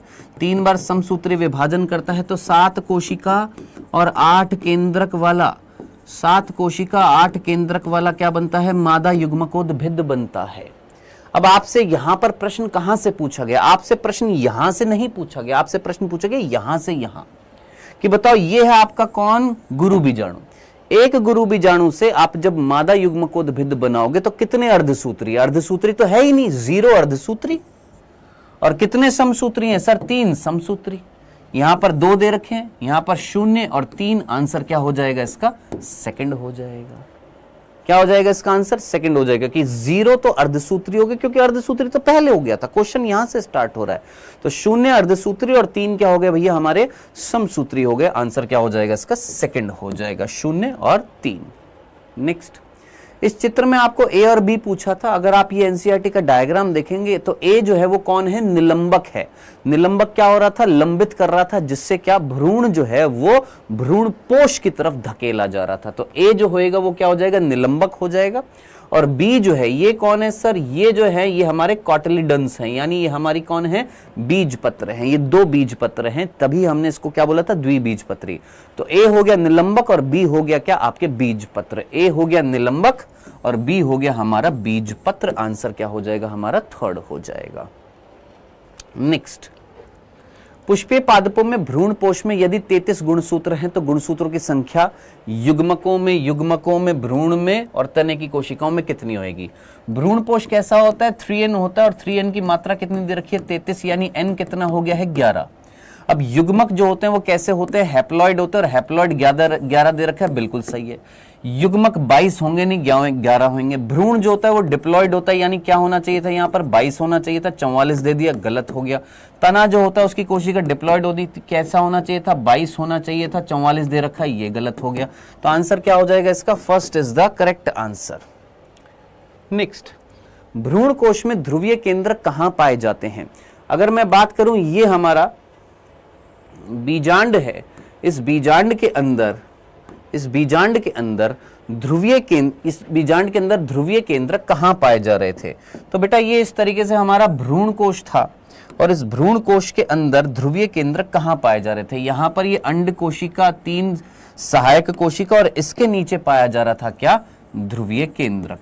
तो ध्रुवीय केंद्रक किसके नीचे पाए जा रहे हैं? अंड उपकरण के ऊपर नहीं, जरा अंड उपकरण के नीचे। हाँ जी, ये हमारा अंड उपकरण है, ये हमारा अंड उपकरण है, और ये हमारे ध्रुवीय केंद्रक हैं। तो ध्रुवीय केंद्रक कहां पाए जा रहे हैं? अंड उपकरण के नीचे पाए जा रहे हैं। एनसीईआरटी में साफ साफ ये लाइन लिखी हुई है। करेक्ट आंसर क्या हो जाएगा इसका? सेकंड हो जाएगा।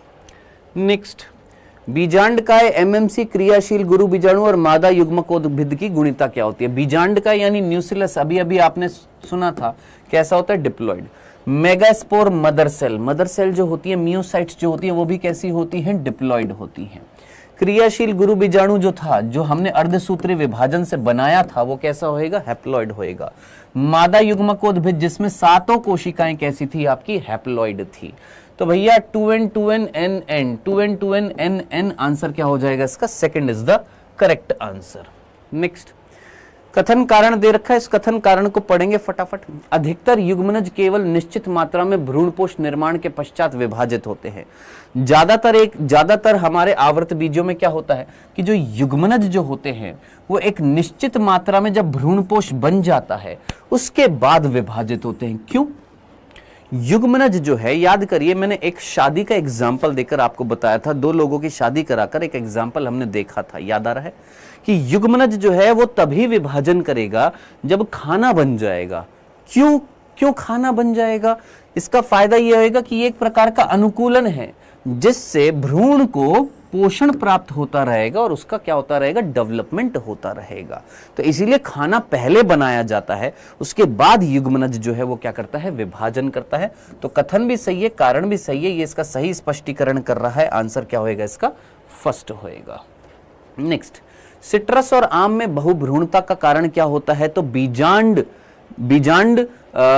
काय की जो कोशिकाएं जो होती हैं वो अतिरिक्त भ्रूण का क्या करती है, निर्माण करती है, जिसको हमने अपभ्रूणता बोला था, जिसको हमने अपस्थानिक भ्रूणता बोला था। अगर आपको याद आ रहा हो, हमने असंग जनन जब पढ़ा था तो उसके 2 टाइप्स देखे थे, जिसमें से एक था अपस्थानिक भ्रूणता, जिसमें अपने स्थान से हटकर भ्रूण कोश के अंदर चले जाते हैं कौन, बीजांड काय की कोशिका, और बहुत सारे भ्रूण का निर्माण करते हैं, जो किस में मिल रहा था, सिट्रस और आम में मिल रहा था, जो बहुभ्रूणता के उदाहरण थे। तो बीजांड काय द्वारा अतिरिक्त भ्रूण जो होते हैं वो किस में चले जाते हैं, भ्रूण का निर्माण करते भ्रूण कोश में चले जाते हैं। आंसर क्या हो जाएगा इसका, फर्स्ट हो जाएगा।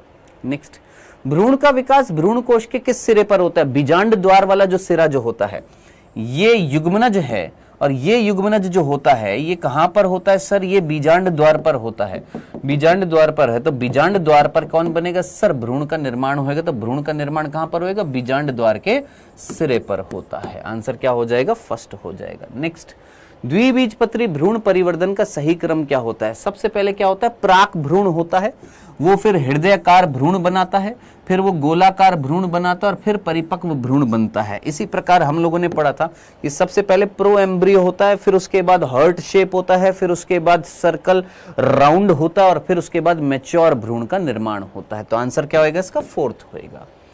नेक्स्ट, नीचे दिए गए जो चित्र जो है, इस चित्र में ए बी गुणसूत्र के प्रकार और सी को पहचानिए। तो ए जो है वो क्या है, सैटेलाइट भाग था, और बी जो था ये क्या था, द्वितीय संकीर्णन था। अगर आपको याद हो रहा, ए क्या था हमारा, सैटेलाइट था, सैटेलाइट है सब में। बी जो है वो प्राथमिक संकीर्णन नहीं है, द्वितीय संकीर्णन है, सेंट्रोमियर नहीं है, सेंट्रोमियर नहीं है। आंसर क्या हो जाएगा हमारा, ये सेकंड हो जाएगा। ये क्या था, सेकेंडरी कॉन्स्ट्रिक्शन था, ये प्राइमरी कॉन्स्ट्रिक्शन था जिसको हमने सेंट्रोमियर बोला था। तो आंसर क्या हो जाएगा इसका, सेकंड हो जाएगा। याद आ रहा है, सब पढ़ा हुआ है आपने बस। हाँ भैया, ये सेल वाले चैप्टर में डायग्राम दे रखा था जिसमें ए जो थी ये पीले पीले रंग की कौन थी भैया, ये शर्करा थी। बी जो थे ये कौन थे, प्रोटीन थे।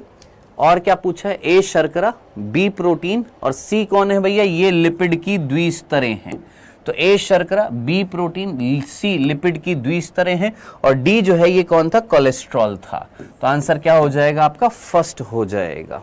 नेक्स्ट, दिए गए चित्र में कशाभिका की आंतरिक संरचना दिखाई गई जिसमें ए और एच पहचानना था। ए जो है ये कौन है, जीव द्रव्य झिल्ली है, यानी कोशिका झिल्ली है, प्लाज्मा मेम्ब्रेन है। एच जो था ये कौन थे भैया, ये अरीय दंड थे, रेडियल स्पोक्स थे। तो ए कौन हो गई है, जीव द्रव्य झिल्ली, और एच क्या हो गए, अरीय दंड हो गए हैं।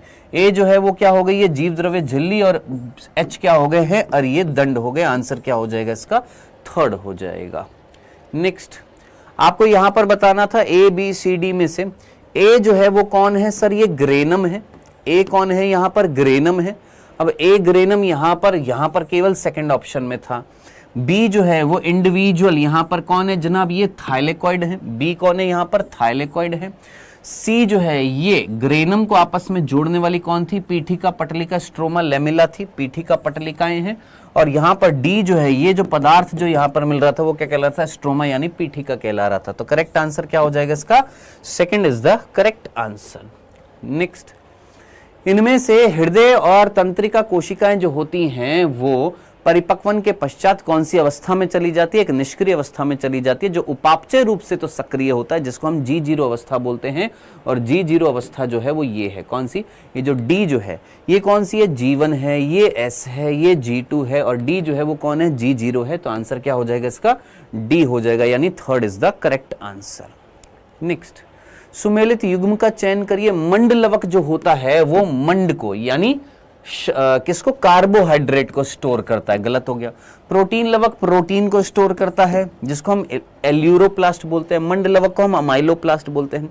वर्णी लवक जो होता है, वर्णी लवक क्लोरोफिल को, और तेल लवक जो है वो तेल को। ये सीधा सीधा आंसर हो गया। तेल लवक किसको स्टोर करता है? सर तेल को स्टोर करता है। अब यहां पर सही सुमेलित करना था, तो ये सही सुमेलित है। ठीक है जी, चलिए जी, क्लोरोफिल नहीं होएगा। वर्णी लवक जो होता है वो क्लोरोफिल को स्टोर नहीं करता है। चलिए आंसर क्या हो जाएगा? तेल लवक हो जाएगा, सेकंड। नेक्स्ट, कौन सा घटक रिक्तिका में नहीं पाया जाता है? वैक्यूल के अंदर क्या नहीं पाया जाता है? डीएनए नहीं पाया जाता, सीधा सीधा। बाकी अनुपयोगी पदार्थ पाए जाते हैं, जल पाया जाता है, उत्सर्जित पदार्थ पाया जाता है। डीएनए जो होता है वो केवल माइटोकॉन्ड्रिया लवक के अंदर और केंद्रक के अंदर पाया जाता है। तो आंसर क्या हो जाएगा इसका? फर्स्ट हो जाएगा। नेक्स्ट, कोशिकांग के लिए कौन सा कथन गलत है? इनमें से कौन सा कथन कोशिकांग के लिए गलत है? हाँ जी, अंतःप्राय द्रव्य जालिका कोशिका का झिल्ली का तंत्र होती है। अंतःप्राय द्रव्य जालिका एंडोप्लाज्मिक रेटिकुलम जो होती है, क्या वो एंडोमेम्ब्रेन सिस्टम का भाग होती है? बिल्कुल होती है। ल्यूकोप्लास्ट अवर्णी लवक 2 झिल्लियों से ढका होता है। अवर्णी लवक 2 झिल्लियों से ढका होता है और वर्णक अनुपस्थित होते हैं। यस, ल्यूकोप्लास्ट लवक जो होते हैं वो 2 झिल्लियों से ढके रहते हैं और अवर्णी लवक में वर्णक अनुपस्थित होते हैं। बिल्कुल सही है जनाब। लैनकाय और पेरोक्सिसोम 2 झिल्लियों से ढके रहते हैं, ये बिल्कुल गलत हो गया।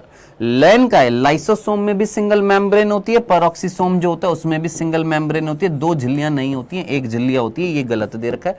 राइबोसोम जंतुओं में पाए जाते हैं, बिल्कुल पाए जाते हैं। तो third is the correct answer, क्योंकि गलत पूछा था। गलत कौन सा? यहाँ पर थर्ड है। इलेक्ट्रॉन सूक्ष्मदर्शी द्वारा सघन कणिके में संरचना राइबोसोम की खोज किसने कर थी? जॉर्ज पैलेड ने करी थी, इसलिए राइबोसोम को हम पैलेड के कण भी बोलते हैं। तो जॉर्ज पैलेड ने खोज करी थी किसकी? राइबोसोम की। फर्स्ट आंसर है। कोशिका भित्ति और मध्य पटलिका निम्न में से किसके द्वारा तिरछे काटे जाते हैं? तिरछे कटे होते हैं, 2 कोशिकाओं को जोड़ने का काम करते हैं, और वो कौन होता है? प्लाज्मोडेस्माटा, जिसको हम हिंदी में जीव द्रव्य तंतु बोलते हैं। तो जीव द्रव्य तंतु जो होता है वो मध्य पटलिका और कोशिका भित्ति में आड़े तिरछे कट के कारण 2 कोशिका के कोशिका द्रव्य को जोड़ने का काम करता है। प्रांजल वैष्णव, अभी मैं देख लेता हूं 68। ठीक है, नेक्स्ट, कॉलम 1 को कॉलम 2 से मिलाना था। ग्लाइकोलिपिड्स, ग्लाइकोप्रोटीन का निर्माण क्या होता है? ग्लाइकोसाइलेशन या ग्लाइकोसाइडेशन जिसको हम बोलते हैं, वो कहां पर होता है? गोल्जिकाय में। यानी इसका क्या होना चाहिए? सी होना चाहिए, गोल्जिकाय होना चाहिए। 1 का क्या होना चाहिए? सी होना चाहिए। 1 का सी यहां पर है, 1 का सी यहां पर है, और सी का 2 यहां पर है। 1 का सी और सी का 2 है। अच्छा, 1 का सी दे रखा है, माफ करना, मैंने 3 कॉलम समझ रहा था। 1 का सी आए, 1 का सी आए। अब सेकंड का ए है, सेकंड का ए है, देखने की जरूरत नहीं है। थर्ड का बी है, थर्ड का डी है। थर्ड देख लेते हैं। कोशिका का शक्ति ग्रह कौन है भैया? सीधी सी बात है, कोशिका का शक्ति ग्रह सूत्र कणिका, यानी थर्ड का क्या हो जाएगा? डी हो जाएगा। तो आंसर क्या हो जाएगा हमारा? फोर्थ हो जाएगा। Fourth is the correct answer. Next, एक कोशिका X को दूसरे कोशिकांग Y जो प्रोटीन संश्लेषण में सहायता होता है 2 प्रकार में बांटा गया। ये बोल रहा है एक ऐसा कोशिका अंगक जिसका नाम X है, दूसरे कोशिकांग Y जो प्रोटीन संश्लेषण में सहायता करता है। यानी Y तो प्रोटीन संश्लेषण में सहायता करता है, और ये X को हम 2 प्रकार में बांटते हैं। इस लाइन का मीनिंग ये था, एक कोशिकांग X को दूसरे कोशिकांग Y जो प्रोटीन संश्लेषण में सहायता करता है 2 प्रकार में बांटा गया। अब X को 2 प्रकार में बांटा गया और Y जो है वो प्रोटीन संश्लेषण कर रहा है। प्रोटीन संश्लेषण कौन करता है जनाब? राइबोसोम करता है। और X जिसको 2 प्रकार में बांटा गया है, एक स्मूथ एंडोप्लाज्मिक रेटिकुलम, एक रफ एंडोप्लाज्मिक रेटिकुलम। तो X क्या हो गया? एंडोप्लाज्मिक रेटिकुलम, और Y क्या हो गया जनाब? हमारा राइबोसोम। आंसर क्या हो जाएगा हमारा? सेकंड हो जाएगा। नेक्स्ट, एक प्रारूपिक पादप कोशिका में कोशिका के बाहर से आरंभ होकर कोशिका के अंदर की ओर बढ़ने पर विभिन्न अवयव मिलते हैं। पादप कोशिका में सबसे बाहर से जब हम अंदर की तरफ जाते हैं तो सबसे पहले बाहर से अंदर की तरफ क्या मिलती है? प्राथमिक भित्ति, द्वितीय भित्ति, कोशिका झिल्ली, याद रखना। सबसे पहले क्या मिलती है? प्राथमिक भित्ति, फिर उसके अंदर की तरफ होती है, एनसीईआरटी में साफ साफ लिखा हुआ है, सेल चैप्टर में सेल वॉल जब पड़ेगा तो वहां दिख जाएगा। सबसे बाहर कौन होती है? प्राथमिक भित्ति। द्वितीय भित्ति अंदर की तरफ बनती है, याद रखना। फिर प्लाज्मा झिल्ली और फिर क्या होता है? कोशिका द्रव्य होता है। करेक्ट आंसर क्या होएगा इसका? फोर्थ होएगा। नेक्स्ट, गोल्जी काई की सिस्टर्नी का व्यास कितना था? 0.5 से 1 माइक्रोमीटर था, याद रखना, भूल मत जाना। MUM मींस माइक्रोमीटर है ये, तो कितना था? 0.5 से 1 माइक्रोमीटर गोल्जी काई की सिस्टर्नी जो होती है उनका क्या होता है? कुंड जिसको हम बोलते हैं, उनका व्यास कितना होता है? 0.5 से 1 माइक्रोमीटर होता है। नवपादप कोशिका की कोशिका भित्ति में स्थित में वृद्धि की क्षमता होती है। अब किसमें वृद्धि की क्षमता होती है? सर, प्राथमिक भित्ति जो होती है उसमें वृद्धि की क्षमता होती है, जो धीरे धीरे परिपक्वता के साथ घटती जाती है, और इसके साथ साथ कोशिका के भीतर की तरफ क्या बनती है? द्वितीय भित्ति का निर्माण होता है। किसका निर्माण होता है? द्वितीय भित्ति का निर्माण होता है। एनसीईआरटी की लाइन है। तो क्या हो जाएगा? प्राथमिक भित्ति हो जाएगा, और फिर उसके बाद क्या हो जाएगा? द्वितीय भित्ति हो जाएगा। आंसर क्या हो जाएगा? Third is the correct answer, प्राथमिक भित्ति, द्वितीय भित्ति। गुणसूत्र के सेंट्रोमियर में बिंब आकार की जो प्रोटीन होती है, प्रोटीन की जो संरचनाएं होती है, उनको हम क्या बोलते हैं? काइनेटोकोर बोलते हैं। उनको हम क्या नाम देते हैं? काइनेटोकोर बोलते हैं। नेक्स्ट, निम्न में से किसके अतिरिक्त दिए गए सभी कथन समसूत्री विभाजन के महत्व हैं? इनमें से कौन से कथन हैं जो समसूत्री विभाजन के महत्वों को बता रहे हैं? किसके अतिरिक्त? यानी 3 तो महत्व बता रहे हैं, एक महत्व नहीं बता रहा है। समान आनुवांशिक पदार्थ युक्त पुत्री कोशिकाओं का उत्पादन, ये तो महत्व है। केंद्रक कोशिका द्रव्य अनुपात का पुनर्स्थापन, ये महत्व है जो एनसीईआरटी में साफ साफ लिखा हुआ है। समसूत्री विभाजन का महत्व क्या है? कि समानता बनी रहेगी, गुणसूत्र पदार्थ समान जाएगा, कोशिका और केंद्रक और कोशिका द्रव्य का अनुपात बना रहेगा। बहुकोशिकीय जीवों की वृद्धि के लिए, कोशिका की मरम्मत के लिए कौन रिस्पॉन्सिबल था? समसूत्री विभाजन। लेकिन क्या समसूत्री विभाजन विभिन्नताएं उत्पन्न करता है? नहीं जनाब, विभिन्नताएं जो होती है वो कौन लेकर आता है? अर्धसूत्री विभाजन लेकर आता है। तो ये गलत दे रखा है। Third is the correct answer. Next, recombinase enzyme जो होते हैं वो क्या करते हैं? जीन विनिमय करते हैं, क्रॉसिंग ओवर करते हैं, जीन्स का क्या करते हैं? एक्सचेंज करते हैं, यानी जीन विनिमय करते हैं। नेक्स्ट, किस अवस्था के दौरान जीन विनिमय होता है? पैकाइटीन के दौरान होता है। पैकाइटीन को हम हिंदी में स्थूलपट बोलते हैं। तो स्थूलपट जिसको हम क्या बोलते हैं? पैकाइटीन, उस दौरान क्या होता है? रिकॉम्बिनेज एंजाइम क्या करते हैं? जीन विनिमय करते हैं, एक्सचेंज करते हैं जीन्स का, स्थूलपट। नेक्स्ट, स्तंभ पहले को स्तंभ दूसरे से मिलाना था। लैप्टोटीन, जाइगोटीन, पैकाइटीन, ये सारे दे रखे हैं। जीन विनिमय जो है वो कब हो रहा है जनाब? पैकाइटीन में हो रहा है, यानी ए का हो गया है 4। ए का 4 यहां पर केवल एक ही ऑप्शन में था, देखते ही आंसर क्या लगा देना है? सेकंड। ऐसे कई सारे ऑप्शंस मिलेंगे आपको नीट के पेपर में जहां एक ऑप्शन देखते ही फटाक से आंसर आएगा। तो second is the correct answer, क्योंकि पैकाइटीन में क्या होता है? जीन विनिमय होता है, यानी ए का 4 केवल एक ही ऑप्शन में था। आंसर क्या हो जाएगा इसका? सेकंड हो जाएगा। नेक्स्ट, एनाफेज 1 में प्रत्येक क्रोमोसोम किससे बना होता है? एनाफेज 1 हो या सिर्फ एनाफेज हो, चाहे समसूत्री का एनाफेज हो चाहे एनाफेज 1 हो अर्धसूत्री का, क्रोमोसोम जो होता है वो किससे बना होता है जनाब? 2 क्रोमेटिड से बना होता है। एक क्रोमेटिड ये है, एक क्रोमेटिड ये है, 2 क्रोमेटिड से बना होता है। आंसर क्या हो जाएगा मेरे भाई? यहां पर क्या हो जाएगा? 2 क्रोमेटिड से बना होता है। एक गुणसूत्र में कितने क्रोमेटिड होते हैं? 2 क्रोमेटिड होते हैं। एनाफेज 1 में प्रत्येक क्रोमोसोम किससे बना होता है? 2 क्रोमेटिड। सॉरी, समसूत्री में अगर यहां पर सिर्फ एनाफेज बोलता, किसका? समसूत्री का, तो समसूत्री में जो है क्या होता है इसका आंसर? तब क्या होता? 1 क्रोमेटिड होता, क्योंकि माइटोसिस के अंदर आप गुणसूत्र को तोड़ देते हो, मियोसिस में गुणसूत्र नहीं तोड़ते हो। तो माइटोसिस की एनाफेज में जब गुणसूत्र टूट जाता है तो अर्ध गुणसूत्र जो होता है, यानी एक गुणसूत्र में केवल 1 क्रोमेटिड होता है। यहां पर एनाफेज 1 पूछा था, एनाफेज 1 में गुणसूत्र टूटता नहीं है, तो गुणसूत्र में 2 क्रोमेटिड होते। आंसर क्या हो जाएगा इसका? सेकंड हो जाएगा। नेक्स्ट, सेकंड दे रखा है यहां पर, ठीक है। नेक्स्ट, अर्धसूत्री विभाजन में केंद्रक झिल्ली व केंद्रिका कब लुप्त होते हैं? अर्धसूत्री विभाजन में कब लुप्त होते हैं? तो प्रोफेज 1 की आखिरी अवस्था जब आती है, जिसको हम डायाकाइनेसिस बोलते हैं, उस दौरान, जिसको हम पारगतिक्रम बोलते हैं, उस दौरान क्या हो जाता है मेरे भाई? आपका केंद्रक झिल्ली और केंद्रिका क्या हो जाते हैं? लुप्त हो जाते हैं। ठीक है जी। नेक्स्ट, निम्न में से कौन सा पश्चावस्था का लक्षण नहीं है? पश्चावस्था यानी एनाफेज का लक्षण नहीं है। पूर्वावस्था को प्रोफेज, मध्यावस्था को मेटाफेज, पश्चावस्था यानी क्या हो गई भैया एनाफेज है। अब एनाफेज लिखा हुआ है, 1 2 नहीं लिखा हुआ, यानी समसूत्रीय विभाजन की बात कर रहा है। तो गुणसूत्रीय तंतु संघनित होना प्रारंभ करते हैं, गुणसूत्र बिंदु विखंडित हो जाते हैं, अर्धगुणसूत्र अलग हो जाते हैं, अर्धगुणसूत्र विपरीत ध्रुवों की ओर जाते हैं।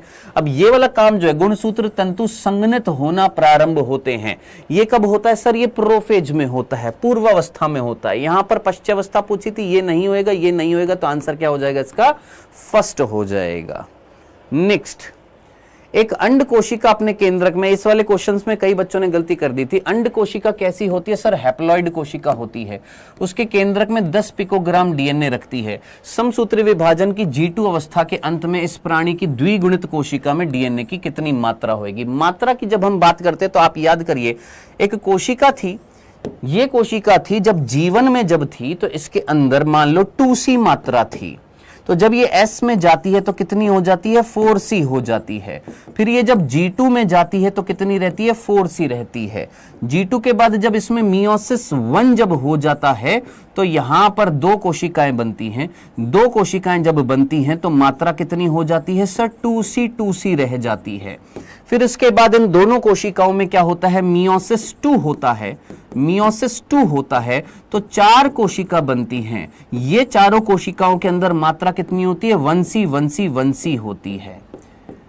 ये हम लोगों ने पढ़ा था। अगर आपको डायरेक्टली याद है तो अच्छी बात है, नहीं है तो ये याद रखना है। अब आपसे पूछा है अंड कोशिका। अब अंड कोशिका कौन है? ये है। कौन? युग्मक है। अब यानी यहां पर 1C मात्रा दे रखी थी। 1C कितना दे रखा है? 10 पिकोग्राम दे रखा है। और आपसे पूछा है बताओ G2 अवस्था में जो द्विगुणित है उसमें कितना हो जाएगा? अगर 1C 10 पिकोग्राम है तो बताओ G2 अवस्था में कितना है? 4C है, यानी 4 गुना करना पड़ेगा। 10 का 4 गुना कितना हो जाएगा? 40 पिकोग्राम हो जाएगा। तो आंसर कितना होएगा इसका? 40 पिकोग्राम हो जाएगा। हाँ जी, तो 92 का आंसर क्या होएगा इसका? 40 पिकोग्राम हो जाएगा। आंसर क्या होगा इसका? 4th होएगा। तो ये अगर आपको याद नहीं है तो आप क्वेश्चन नहीं कर पाओगे दोस्त, याद रखना। Next, 40 picogram. 2 क्रमिक एमावस्थाओं के बीच जो अवस्था आती है उसको हम क्या बोलते हैं? अंतरावस्था बोलते हैं। उसको हम इंटरफेज बोलते हैं। 2 माइटोसिस के बीच में जो अवस्था आती है उसको हम अंतरावस्था बोलते हैं। 4th answer. अर्धसूत्री विभाजन के दौरान समजात गुणसूत्रों पर पुनर्योजन ग्रंथिकाओं का बनना किसे अभिलक्षित करता है? पुनर्योजन ग्रंथिकाएं जो होती हैं वो किस चीज को दर्शाती हैं जनाब? जीन विनिमय को दर्शाती है, यानी एक्सचेंज को दर्शाती है। तो अर्धसूत्री विभाजन के दौरान वो जगह जहां पर जीन विनिमय होता है वहां पर पुनर्योजन ग्रंथिकाएं बनती है, रिकॉम्बिनेशन नोड्यूल बनते हैं, जहां पर क्या होता है? वह स्थल जहां पर क्या होता है? जीन विनिमय होता है। आंसर क्या होएगा इसका? 2nd हो जाएगा।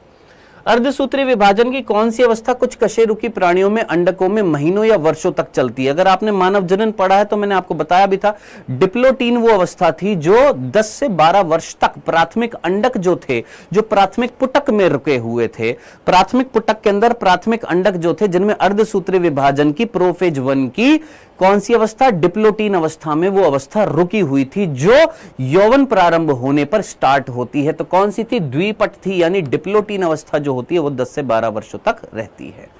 आंसर क्या होएगा इसका? 3rd होएगा। कथन कारण दे रखा है, डिप्लोटीन की शुरुआत सिनेप्टोनिमल कॉम्प्लेक्स के विघटन से पहचानी जाती है और एक्स आकार की संरचना बनाती है जिसे काइजमेटा बोलते हैं। याद करिए डिप्लोटीन अवस्था की शुरुआत कैसे होएगी? जब सिनेप्टोनिमल सम्मिश्र जो था वो क्या होएगा? धीरे धीरे खत्म होना स्टार्ट होएगा, जिसकी वजह से एक एक्स आकृति की संरचना बनेगी जिसको हमने क्या बोला था? काइजमेटा बोला था। बिल्कुल सही है कथन। अब कारण क्या होना चाहिए था? काइजमेटा क्यों बन रहा है? क्योंकि उपांति भवन होता जा रहा है, धीरे धीरे टर्मिनल एंड पर पहुंचने वाला है, क्योंकि जीन विनिमय हो चुका है। अब कारण में क्या दे रखा है? कुछ कशेरुकी जंतुओं की अंडक डिप्लोटीन महीनों या वर्षों तक बनी रहती है। कारण सही दे रखा है, लेकिन ये इसका सही स्पष्टीकरण कर रहा है। बिल्कुल, इस कथन और इस कथन में दोनों सही है, लेकिन ये इसका इससे कोई लिंक ही नहीं है। जब लिंक नहीं है तो आंसर क्या हो जाएगा? क्या ए सही है और आर सही है, लेकिन ए इसकी सही व्याख्या नहीं कर रहा। आंसर क्या हो जाएगा इसका? 3rd is the correct answer. Next, सूत्री विभाजन में अवस्थाओं का क्रम क्या होता है? G1S G2M, G1S G2M। Answer क्या हो जाएगा इसका? 2nd हो जाएगा। G1 के बाद S, S के बाद G2, G2 के बाद M। नेक्स्ट, यहां तक हो गए हैं, 97 हो गए हैं। 2 और क्वेश्चन बचे हैं बेटा हमारे, उनको और कंप्लीट कर लेते हैं।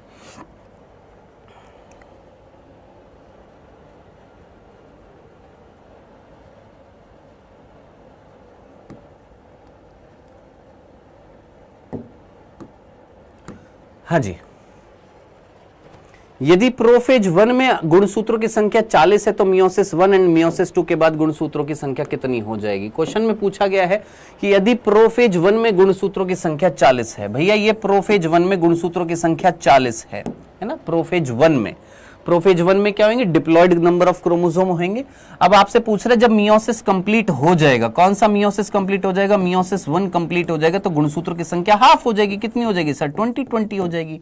फिर पूछ रहा है मियोसिस सेकंड में कितना होएगा, भैया इन दोनों कोशिकाओं में जब मियोसिस सेकंड होएगा तो मियोसिस सेकंड किसके जैसा होता है सर, माइटोसिस के जैसा होता है। यानी जो 4 कोशिकाएं बनेंगी इनमें 20 ही तो रहेंगे।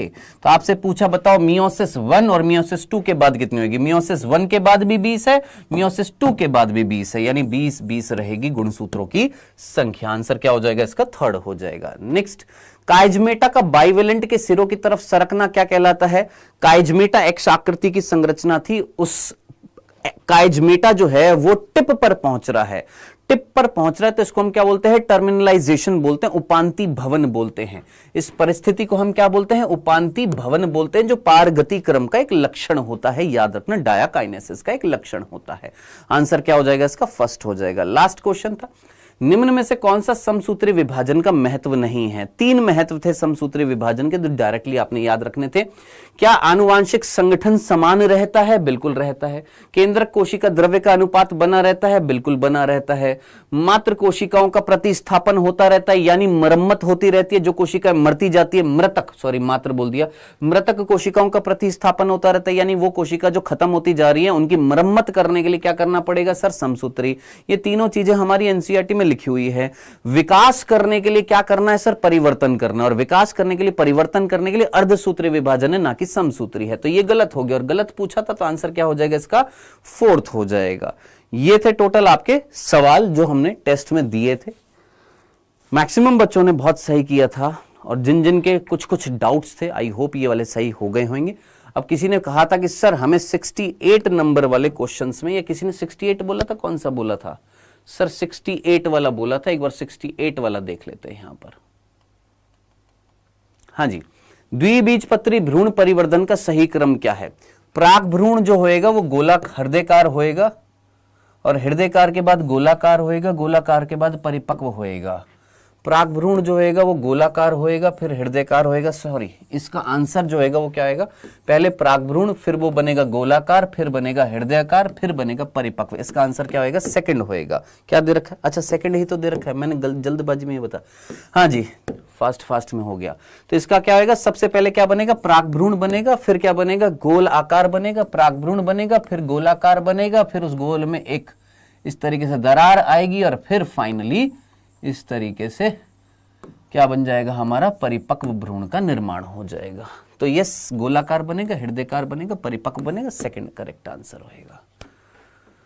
हाँ जी, ठीक है जी, डन, क्लियर है यहां तक की बातें। चलो, तो अब अपन नेक्स्ट जो एक और, इसके बाद जो हमारा एक और जो क्वेश्चंस की जो सीरीज जो थी, वो क्वेश्चंस और करा दूंगा आपको, जो बायोमोलिक्यूल्स के थे वो भी करा दूंगा। ठीक है दोस्त, तो अब अपन मिलते हैं नेक्स्ट लेक्चर में। पढ़ते रहो बच्चों, ध्यान से प्रैक्टिस करते रहो, ज्यादा से ज्यादा क्वेश्चंस की प्रैक्टिस करोगे तो फायदा होगा। जितने ज्यादा क्वेश्चंस की प्रैक्टिस करोगे ये डेवलप होएगा। ठीक है, चलो बच्चों, bye bye, take care, goodbye. Session को लाइक करके जरूर जाइएगा दोस्त, जिन्होंने अभी तक नहीं किया है। बाय।